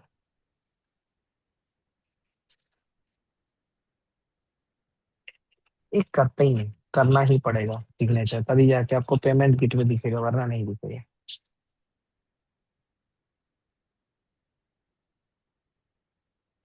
क्या हुआ, उसमें क्या हुआ? सर उसको सर वहाँ पे एडिट कर करके कर सकते हैं ना? एडिट करके आप एडिट भी कर सकते हो सर, डॉक्यूमेंट्स यस को सर। अपलोड भी कर सकते हैं। Yes sir. पहले क्या होता था सर कि यहाँ से ही सबमिट बटन आता था और सबमिट बटन के बाद गेटवे आ जाता था। अब ऐसा नहीं है। अब गेटवे आने के लिए आपको अपलोड पे ही जाना है और अपलोड से ही आप प्रोसीड टू ई सिग्नेचर करके फिर पेमेंट गेटवे की तरफ जा सकते हो। तो ड्राफ्टेड फॉर्म से आप पेमेंट गेटवे की तरफ नहीं जा सकते हो फिलहाल के लिए। ये प्रोसीड टू ई साइन करना है। ई साइन करते हैं यहाँ पर डॉक्यूमेंट्स को। बस ये लास्ट स्टेप है, 5 मिनट में आपकी प्रोसीजर कंप्लीट होती है और कुछ नहीं है इसमें। पता नहीं इसको क्यों मीन्स ये ऑफिस पॉलिटिक्स में समझ पा रहा हूँ कि यहाँ पर बहुत लोग ऐसे ऐसे छुपा छुपा के कर रहे हैं ये चीज। और मुझे भी ये चीज कब मिली थी पता है आपको? अनुज सर वॉज दी पर्सन कि वो पूरी ये प्रोसेस मुझे सिखाया है। मुझे भी पता नहीं था, मैं भी बहुत ट्राई कर रहा था कि कैसे होगा। सबसे बड़ा डर क्या होता है पता है? हमसे गलती हो जाएगी। ये मुझे तब तक थी जब तक मेरी पहली पेटेंट ग्रांट नहीं हुई थी ना, तब तक मुझे ये लग रहा था कि कोई ना कोई तो मैंने पक्का गलती की होगी यहाँ पर। और वही डर की वजह से मैं अपने कोई भी स्टेप पे कॉन्फिडेंस नहीं था। कॉन्फिडेंट मैं तभी हुआ, ये जो मैं अभी आपको बता रहा हूँ, सारी चीजें बता रहा हूँ, वो कॉन्फिडेंट मुझे तभी आया मेरे में जब वो पेटेंट ग्रांट हो गई। अब तो भाई अपने पास ग्रांट है, यानी हमने सारी चीजें कर ली है, जो भी प्रोसीजर्स थी उसको कर ली है। बट आप याद रखिएगा, पेटेंट ऑफिस ने इतना ब्यूटीफुली इसको डिजाइन किया है। मैं जैसे ही ये ओटीपी पे क्लिक किया तो मेरे पास एक ओटीपी आया है, मैं वो इसको यहाँ पर ऐड करता हूँ। पेटेंट ऑफिस ने इसको इतनी बेहतरीन तरीके से डिजाइन किया है कि आप कितने भी गलती कर लो, आप एंड तक पहुंच ही जाओगे। बिना गलती के तो पहुंचोगे ही नहीं, ये बात भी ध्यान रखिएगा। बट ये थॉट प्रोसेस मत रखिएगा कि आपने एक भी पेटेंट फाइल नहीं की है इट मीन्स आप गलती करोगे ही करोगे। चाहे आप कोई भी पर्सन आपको कितना भी बोल रहा हो ना कि नहीं आपको नहीं करना चाहिए, ये वो ऐसा वैसा, मैं तो कहता हूं एक बजरंग बली का नाम लेके एक पेटेंट फाइल कर ही दो। जो भी होगा देखा जाएगा। गलत तो गलत करो, मगर करोगे नहीं तब तक कॉन्फिडेंट नहीं आएगा। और ऐसे ही जिंदगी निकलती जाएगी, पता भी नहीं चलेगा कि हमें कुछ नहीं पता चला।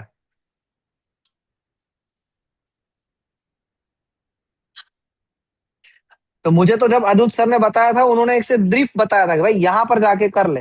मुझे तो सिर्फ इंडिकेशन मिली थी, यहाँ पर जाके कर ले, बाकी सब कुछ फिर हो गया। जैसे जैसे होता गया, देखता गया, चीजें नहीं समझ में आई, उनको कॉल किया, दूसरे लोगों को कॉल किया, तीसरे लोगों को कॉल किया, बस काम होता गया अपने आप। ड्राफ्टिंग नहीं समझ में आ रही थी, उनका हेल्प लिया, उन्होंने गाइड किया। जितने भी पर्सन्स मिले हैं मुझे आज तक, मैंने सभी की मदद ली है और डेफिनेटली उन सभी ने मुझे अप्रिशिएट किया है, आगे बढ़ाया है। तो डोंट हेजिटेट, आप अपने आप को ओपन छोड़ दो कि हाँ मुझे चीज नहीं आती है, लेट्स ओपन इट आउट। आज से समझना स्टार्ट कर देते हैं। देखिए आपके सामने चीजें खुद ब खुद सुलझी हुई आएगी। अगर आप उसको प्रोटेक्ट करोगे, प्रिटेंड करोगे, pretend is the correct word. क्या हो, दूसरी बार आ गया? ये आज ही खत्म करवाएगा क्या सारी?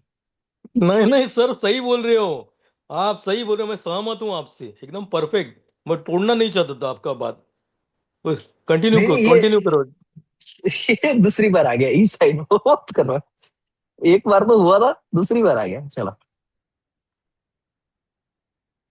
तो प्रिटेंड मत कीजिएगा कभी भी लाइफ में। ये शायद मैं गलत भी हूँ, काफी लोग मुझे ये कहते हैं कि सर इतना भी ओपन मत बनो, वरना लोगों को आपकी लेकुना पता चल जाती है। और मैं ये सोचता हूँ कि अगर मैंने अपने आप को ओपन नहीं किया तो ये जो मैं अभी भी सीख पाया हूँ ना, वो मुझे तो कुछ आता ही नहीं था, तो मैं कहाँ से सीख पाऊंगा। दोनों पर व्यू है कि छुप के सीख लो तो क्या होता है, आपकी ओरा भी बनी रहती है और मीन्स वो एक अच्छी मानी जाती है चीज को। एक ऐसे बोलते हैं ना इन्वर्टेड कॉमास में, बहुत बेहतरीन मानी जाती है। और एक होता है ओपनली मान लेना कि भाई नहीं आता है, चलो सिखा दो, तो उसे बुरा माना जाता है कि भाई इसको इतना भी नहीं आता है। कभी कभी हम सिली क्वेश्चंस भी कर लेते हैं उस फील्ड में। बट मैं ये चाहता हूं कि पर्सन मेरे सामने पर्टिकुलरली मैं जब भी बात करूं तो मैं ऐसा ही एक्सपेक्ट करूंगा कि जैसा मैं हूं। That is my thought process, my philosophy, कि आप उस तरीके से ही बिहेव कीजिए ताकि अगर आप ये देखिए, मेरा थॉट प्रोसेस यही रहेगा, मैं आपको कभी भी क्रिटिसाइज नहीं करूंगा। मैं ऐसा नहीं कहूंगा कि शीतल मैडम को फाइलिंग नहीं आती है, वो एडवोकेट बन गए, नहीं। शीतल मैडम ने आज से फाइलिंग भी सीख ली। और शीतल मैडम, मैं जब भी मैडम को बोलता हूँ, आप उनको पूछिएगा भी, उनका जो है ना रीडिंग पावर, ऐसे एक बार स्कैन करेंगे, ऐसे देखेंगे और उन्होंने पूरा पैराग्राफ पढ़ लिया होगा। और ना ही पढ़ लिया होगा, उनका प्रोनाउंसिएशन भी बहुत अच्छा है। तो ये उनकी एबिलिटी है जो सीखनी चाहिए हमें। ये हो गया साइन डॉक्यूमेंट वेरीफाइड। ये डॉक्यूमेंट्स को वेरीफाई करना था, दूसरा स्टेप मैंने ये किया। अब आ रहा है साइन डॉक्यूमेंट वेरीफाइड, उस पर क्लिक कीजिए कि वेरीफाइड हो चुके हैं डॉक्यूमेंट्स। एंड अब आ रहा है तीसरा, यहाँ पर देखिए, ये कोई भी डॉक्यूमेंट रह नहीं गया है। अब है पेमेंट एंड सबमिशन। इस पे आप अगर क्लिक करेंगे तो आप पेमेंट पे चले जाएंगे और ये गेटवे आपका पेमेंट का आ गया। रात को कुछ टाइमिंग है यहाँ पर लिखा हुआ। Okay, fees pending. देखिए 30 दिन से ज्यादा अगर पेंडिंग रह गई ना आपके यहाँ पर, तो वो अपने आप निकल जाएगा। 30 दिन से ज्यादा नहीं रहना चाहिए। और फीस आपको पे करनी है तो यहाँ पर क्लिक करेंगे। ये आपका टेम्पररी एप्लीकेशन नंबर है, क्लिक करने के बाद, और उससे आप रिव्यू में भी जा सकते हैं, डिस्कार्ड भी कर सकते हैं और सबमिट भी कर सकते हैं। जैसे ही आप सबमिट करेंगे, सबमिट करने के बाद पेमेंट गेटवे आपके सामने ओपन हो जाएगा। ये रहा पेमेंट गेटवे। पेमेंट गेटवे में इंस्ट्रक्शन है कि रात को अगर आप कर रहे हैं, कुछ तो है यहाँ पर।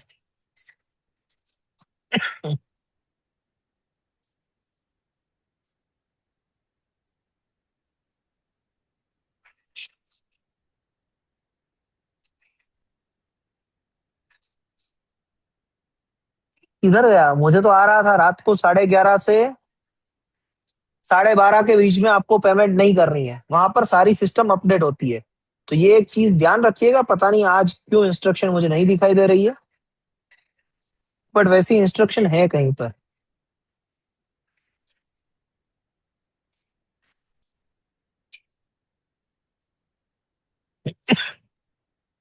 ऊपर ओके, कीजिए, ऊपर ऊपर। पेमेंट करने जाओगे तो तब ना आ रही हो। और उनको एसबीआई पेमेंट गेटवे में डिफिकल्टी है, लेकिन हाँ शायद आगे भी आए। आई एग्री करके करना है, मगर ये याद रखिएगा 11:30 से 12:30 में रात को मत कीजिएगा। मेक पेमेंट और पे जाइए। हाँ, और इनकेस आपका पेमेंट अगर डिफॉल्ट भी होता है तो 1 घंटे के बाद आपकी वो पेमेंट डिटेल्स पेंडिंग पेमेंट्स में से निकल के आएगी।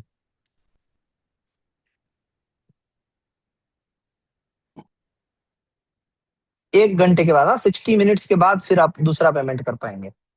और यहाँ से क्यूआर कोड जनरेट करके भी पेमेंट होती है। तो इट्स वेरी इजी। ये जो यूपीआई सिस्टम है ना, जिसने भी बनाया है बंदा बहुत शानदार है।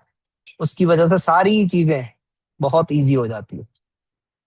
और ये भी देखिए, अभी जो लोड कर रहा है ना, ये बार बार ये चीजें नहीं हो पा रही है ट्रांजेक्शन, या हमने जो भी प्रोसेस की, उसका एक रीजन ये है, 11 बज चुके हैं अभी। ये सुबह आप करते ना तो सुबह में शायद ये चीज में प्रॉब्लम ना होती। अभी कुछ उनका भी है ना, डेटा अपलोड या कुछ तो हो रहा होगा वहां पर बैंकिंग सर्विसेज में।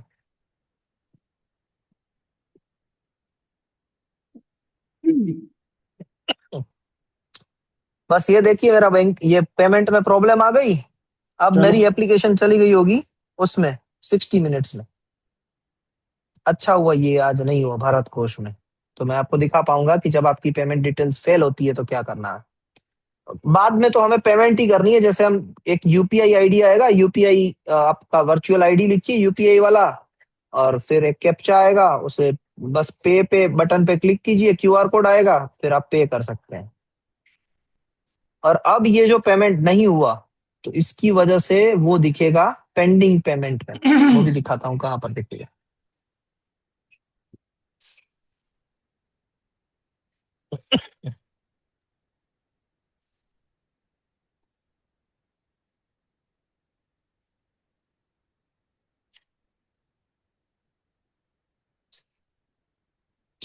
आईपी इंडिया,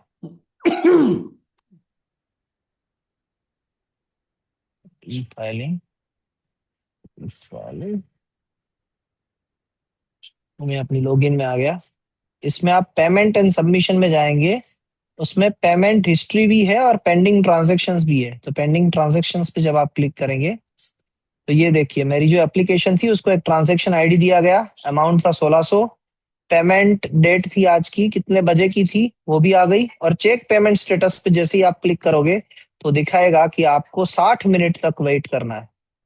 ये जो आपने पेमेंट दिया था वो पेमेंट 2 मिनट पहले किया था, और अब आप 60 मिनट के बाद इसको चेक कीजिएगा। 60 मिनट के बाद जैसे ही आप चेक पेमेंट स्टेटस पे क्लिक करेंगे तो वो वापस आपको एप्लीकेशन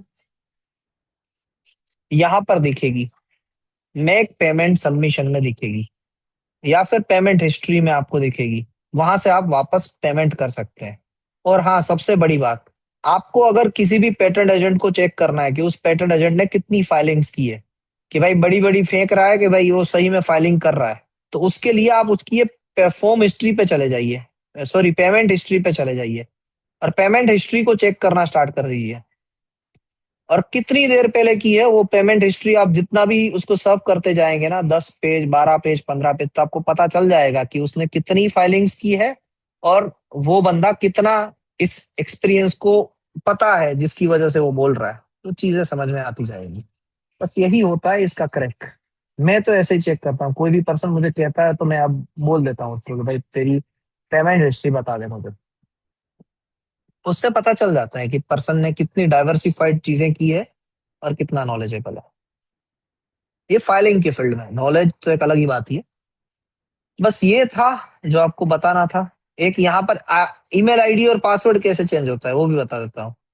आप अगर यूजर पैनल में जाएंगे और व्यू प्रोफाइल पे जाएंगे तो व्यू प्रोफाइल में आपकी पूरी प्रोफाइल दिखेगी। अगर आप एजेंट है तो एजी लिखा हुआ आएगा, और आपका कॉन्टेक्ट नंबर, ईमेल आईडी, जो भी आप रजिस्टर करवाते हैं वो यहाँ पर दिखेगा।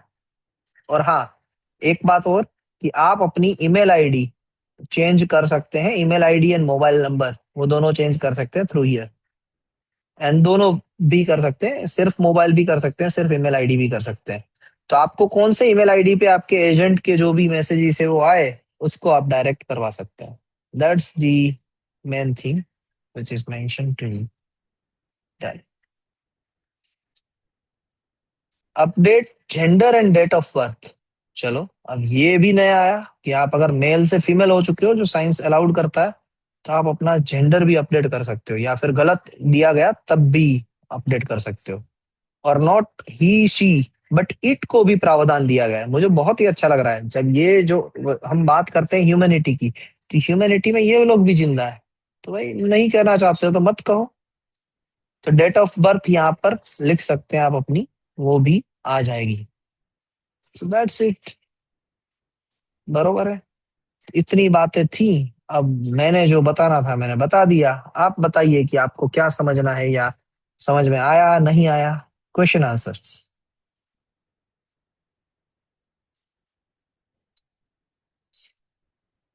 कोई doubt? Sanghvi madam, procedure perfect नहीं? कौन फाइल करते हैं? कोई फाइल करता है यहाँ से पहले तो? संघवी मैडम ने भी कहा था कि हम फाइल नहीं, गंगाधर सर करते हैं। गंगाधर सर को पता है ये सारी चीजें। गंगाधर सर आप करते हैं ना? नहीं करते। कृतिका मैडम तो 100%। हाँ जी, एक दो बार एक दो बार तो किया है ना। वैसे कृतिका मैडम तो करता हूँ। करते हैं। मैडम दिन में आप कितनी बार करते हैं ये प्रोसीजर? नहीं नहीं सर, मैं फाइल नहीं करती सर। फाइल अमित सर ही करते हैं। Yes sir. ओके, ये भी बात मैं बढ़िया। सब फॉर्म्स और वो सब बनाती हूँ। परफेक्ट। तो ये थी प्रोसीजर। देखो, मुझे तो आई एम वेरी सॉफ्ट। मैं बहुत ज्यादा शौक में हूँ। कल से मैं शौक में हूँ, आज नहीं कल से हूँ। यानी मेरी थॉट प्रोसेस तो ये थी कि सांघवी मैडम, गौरव सर, प्रदीप पाल sir, Pushpendra sir, Kritika madam, Gangadhar sir, साक्षी मैडम, मोनिका मैडम, आप फर्म में काम कर रहे हो। आप फर्म में काम कर रहे हो। ये तो ऐसी बात हो गई कि मैं इंजीनियरिंग कॉलेज में बैठा हूं और मुझे यही नहीं पता है कि इंजीनियरिंग कॉलेज का एडमिशन कैसे होता है। तो कौन सी पोर्टल से काम होता है। एनीवेज, मैं किसी को क्रिटिसाइज नहीं कर रहा हूं, बट हाँ, जान लीजिएगा। और जिनको भी नहीं पता है उनके साथ ये वीडियो शेयर कीजिएगा, ताकि ऐसा ना रहे कि पेटेंट एजेंट बनने के बाद हमें 1-2 बरस और लग जाए ये सीखने के लिए कि ई फाइलिंग कैसे होती है। कोई बड़ी बात नहीं है, ना ही मैंने कोई बड़ी चीज बताई है, बट हाँ, ये जो सिनारियो है वो बता रहा है कि कहीं ना कहीं इसको टॉप सीक्रेट रखा गया है और नहीं रखना चाहिए। It's a part of game feeling, ये कुछ नहीं, छोटी छोटी बातें हैं। एनीवेज, कैसा लगा? थम्स अप तो दे दीजिए सभी लोग अगर अच्छा लगा है तो, नहीं लगा है तो क्वेश्चन कीजिए। महादेव सर चले गए। प्रदीप पाल सर, कोई क्वेश्चन कहीं पर? वैसे तो बहुत सारे डाउट्स होंगे, अभी तो हमने सिर्फ टच अपॉन किया है फाइलिंग के पार्ट को। बाकी के बहुत सारे टैब्स है जिसको एक्सप्लोर करना अब भी बाकी है, उसे भी करेंगे। बट जो इनिशियली आपको वाइवा लेवल पे काम आएगा वो इतना ही है। हाँ, और इनका पूरा क्रेडिट जाता है कल जो लास्ट तक लोग रहे थे उनको, कि कैसे ये चीज फाइल करनी होती है। परफेक्ट। हाँ, तो मैं इस जो भी ये क्या कहते हैं, ये जो वीडियो है वो वीडियो में से वो वाले पार्ट्स निकाल दूंगा जहां पर मैं ये बोल रहा हूँ बार बार, या मैं कोई एक नया वीडियो बना दूंगा फाइलिंग के लिए जहां पर मैं बोल रहा हूँ बार बार कि आपको नहीं पता है, नहीं पता है वाला। तो ये वीडियो को हम नहीं करेंगे पब्लिसाइज, बट डेफिनेटली मैं एक और वीडियो बनाकर आपको प्रोसीजर समझाने की कोशिश करूंगा कि ये स्टेप नंबर 1 है, ये स्टेप नंबर 2 है, ये स्टेप नंबर 3 है, and that manner you can file a patent. I think वैसा वीडियो अवेलेबल भी होगा कि पेटेंट कैसे फाइल करते हैं, पोर्टल वाला किसी ने तो डाला ही होगा। ओके, नेक्स्ट कल का टास्क क्या रखते हैं? कल क्या करना है? कल मेरे पास तो दो चीजें हैं, टू पार्ट, यानी टू पार्ट जो क्लेम होते हैं, टू पार्ट फॉर्म, वो एक, एंड दूसरा ओमनी बस क्लेम, या कोई एक क्लेम सीख लेंगे। ये दो सर स्कीम्स तो भी डिस्कस कर लेते हैं सर। स्कीम्स को डिस्कस कर लेते हैं मैडम, SIPP को तो स्पेसिफिकली डिस्कस हाँ, कर ही लेते और हैं पेटेंट जी। फैसिलिटेटर का भी क्या है वो भी सब थोड़ा हाँ, वो उसी के अंदर आएगा मैडम, वही पेटेंट SI फैसिलिटेटर बन के आप यस यस SIPP को कैसे कनेक्ट करवा सकते हैं यस जी। सर।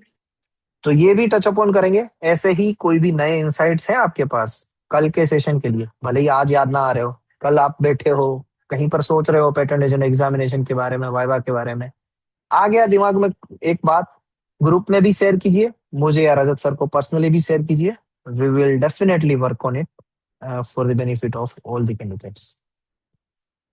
ओके सर, तो हमारी जो भी एबिलिटीज हैं, जो भी आपको लगता है, please share it with us. अगर नहीं भी है हमारी एबिलिटी तो हम मैनेज करेंगे कहीं आउटसोर्स करने के लिए, जैसे हमने EPC की एप्लीकेशन में किया था, जिसमें हम यहाँ तक पहुंच चुके हैं पेमेंट गेटवे तक। अभी तक पेमेंट की क्लियर चीज नहीं हुई है, I am in a Hunt of it. शायद मैं शिवम सर से सैटरडे को बात नहीं कर पाया था, but I will do that and आपको बताऊंगा कि उसका पेमेंट भी कैसे होता है। बाकी EPCT कैसे फाइल करनी है वो हमें पता है, वो भी हमने सेशन में कवर किया है। एप्लीकेशंस कैसे फाइल करनी है वो भी हमने कवर किया है। क्लेम्स को हम देख रहे हैं और साथ में पॉलिसीज को भी हम देखेंगे। उसमें भी हम ये जानेंगे कि कैसे फाइल होता है। कपिला स्कीम को तो मैंने फाइल किया है, तो कपिला को तो मैं और डिटेल में आपको बता पाऊंगा कि वो कैसे वर्क करती है। बस कोई भी चीज बताते रहिएगा, क्वेश्चंस करते रहिएगा। और मैं ज्यादा बोल दूं तो मुझे ये भी डांट सकते हो आप कि सर आपने ज्यादा कुछ बोल दिया है, लिमिट में अपना थोड़ा सा कर लीजिए, तो वो भी कर देंगे। जय Hind and sir have a nice day. Sir ji last कुछ वीडियोस अपलोड नहीं हुई है, लास्ट मतलब वो अपलोड कर दीजिएगा यूट्यूब पे। सर सर आपने कब देखा था? मैंने कल ट्राई करा था तो मैं एक अभी बार। चेक कर लेता हूँ कि है कि नहीं। करेक्ट, अभी ठीक है आपके सर सामने ट्राई कर लेता हूँ सर। सर वो डिनोमो वाला सीरीज सब ये हो गया बोलते, प्राइवेट मेंबरशिप ले लो। हम तो मेंबर जुड़ चुके हैं आपके साथ कब के। अरे सर, अभी कर देते हैं सर। मैं आपको पर्सनल में मैसेज डाला, मतलब आज मैं मुहूर्त निकाला, बोले चलो पढ़ते अरे हैं, मतलब कि अरे आप सर जयवीर फोन, सर आप। अरे सर एक एक सर फोन कर दो, अभी काम हो जाएगा। नहीं नहीं, चलिए आप पहले सर का एक काम लेक्चर करते हैं। लेक्चर लेक्चर चल रहा था ना आपका, इसके लिए। ओके और sir, sir thank you viva very much viva sir. का वाइवा कब है ये लोग का? नहीं आया है सर, डिक्लेयर नहीं हुआ है। अच्छा अच्छा, तो ये सर चलो यूट्यूब की सर। प्लेलिस्ट, या यानी सर कोई है ना, क्या होता है कि कभी कभी ऐसे पता नहीं क्यों बटन दब गया होगा। बाकी प्राइवेट प्राइवेट वाली कोई चीज नहीं है, वो वैसे ही अवेलेबल है। मैं कर देता हूँ सर, अभी आपको 10 मिनट में एक्सेस मिल जाएगी। चलेगा चलेगा, थोड़ा आ, डिजाइन का भी कर देना सर, दोनों सर वो कर देना दोनों डिजाइन। प्लेलिस्ट वो तो साथ में ही है, एक ही है हाँ, अपना। अपनी डिनोमो वाली सुनो, मस्त है वो सर। ये रहा सर। आ, कौन कौन थे? प्रदीप पाल सर। ये शायद नंबरिंग मेरी कुछ आगे पीछे है, वो थोड़ा सा मैं करेक्ट ओके कर दूंगा, बट ये डेट ओके अभी तक अपलोड हो चुकी है सर। शायद मैंने ओके शाम को ही की है, that's why you are correct कि कल नहीं थी, आज हो गई है। ओके सर, ओके सर फिर भी ओके कोई अगर मिस्ड है तो मुझे बता दीजिएगा, आई विल ठीक अपलोड है इट। ओके, तो ये भी आप याद रखिएगा, ये नंबर पे मत जाइए, ये डेट पे जाइएगा, ये डेट सही होगी। और अगर आपको वो भी नहीं देखना है तो जब आप ये वीडियो ऑन करते हैं ना, आपको दिखती है कि नहीं दिखती है? मुझे तो दिखती है यहाँ पर डेट, ये अपलोडेड वाली। ये वीडियो का आपको नहीं दिखता है, मुझे ही दिखता है। हाँ, तो कुछ नहीं हो पाएगा। True true true true true true.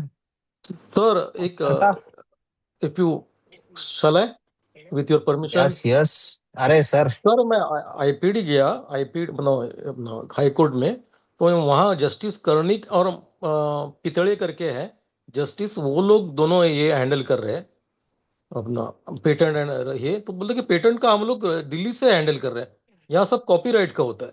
ये क्या, मैं कंफ्यूज हो गया एक्चुअली वहाँ। तो ये क्या बात है? मैं सब स्टेट, महाराष्ट्र स्टेट का रहेगा, मुंबई का केस रहेगा, दिल्ली थोड़ी जाएगा। नो आइडिया सर जी। तो ये नहीं ये दिल्ली, अपना ये जो वो तो सर नहीं नहीं सर, वैसा नहीं होता है ना। आपने दिल्ली, आपने मुंबई में फाइल किया, वो लोग दिल्ली ट्रांसफर कर देंगे। ये देखिए, वो है ना, बात कर रहे होंगे इंटरनेशनल एप्लीकेशन की, क्योंकि रिसीविंग ऑफिस हमारी दिल्ली है इंटरनेशनल के केस में। अच्छा नेशनल में तो थोड़ी ना है। पेटेंट का कहाँ अच्छा। पर होता है? तो रजत सर को शायद याद होगा, पेटेंट का कहाँ पर होता है? दिल्ली में सर कॉपीराइट है। अपने ये चेन्नई कलकत्ता में में पेटर्न है, जियोग्राफ, हाँ कलकत्ता पैटर्न है, कलकत्ता कलकत्ता है। पेटर्न है। डिजाइन, तो फिर मुझे डिजाइन भी तो मुझे कलकत्ता है।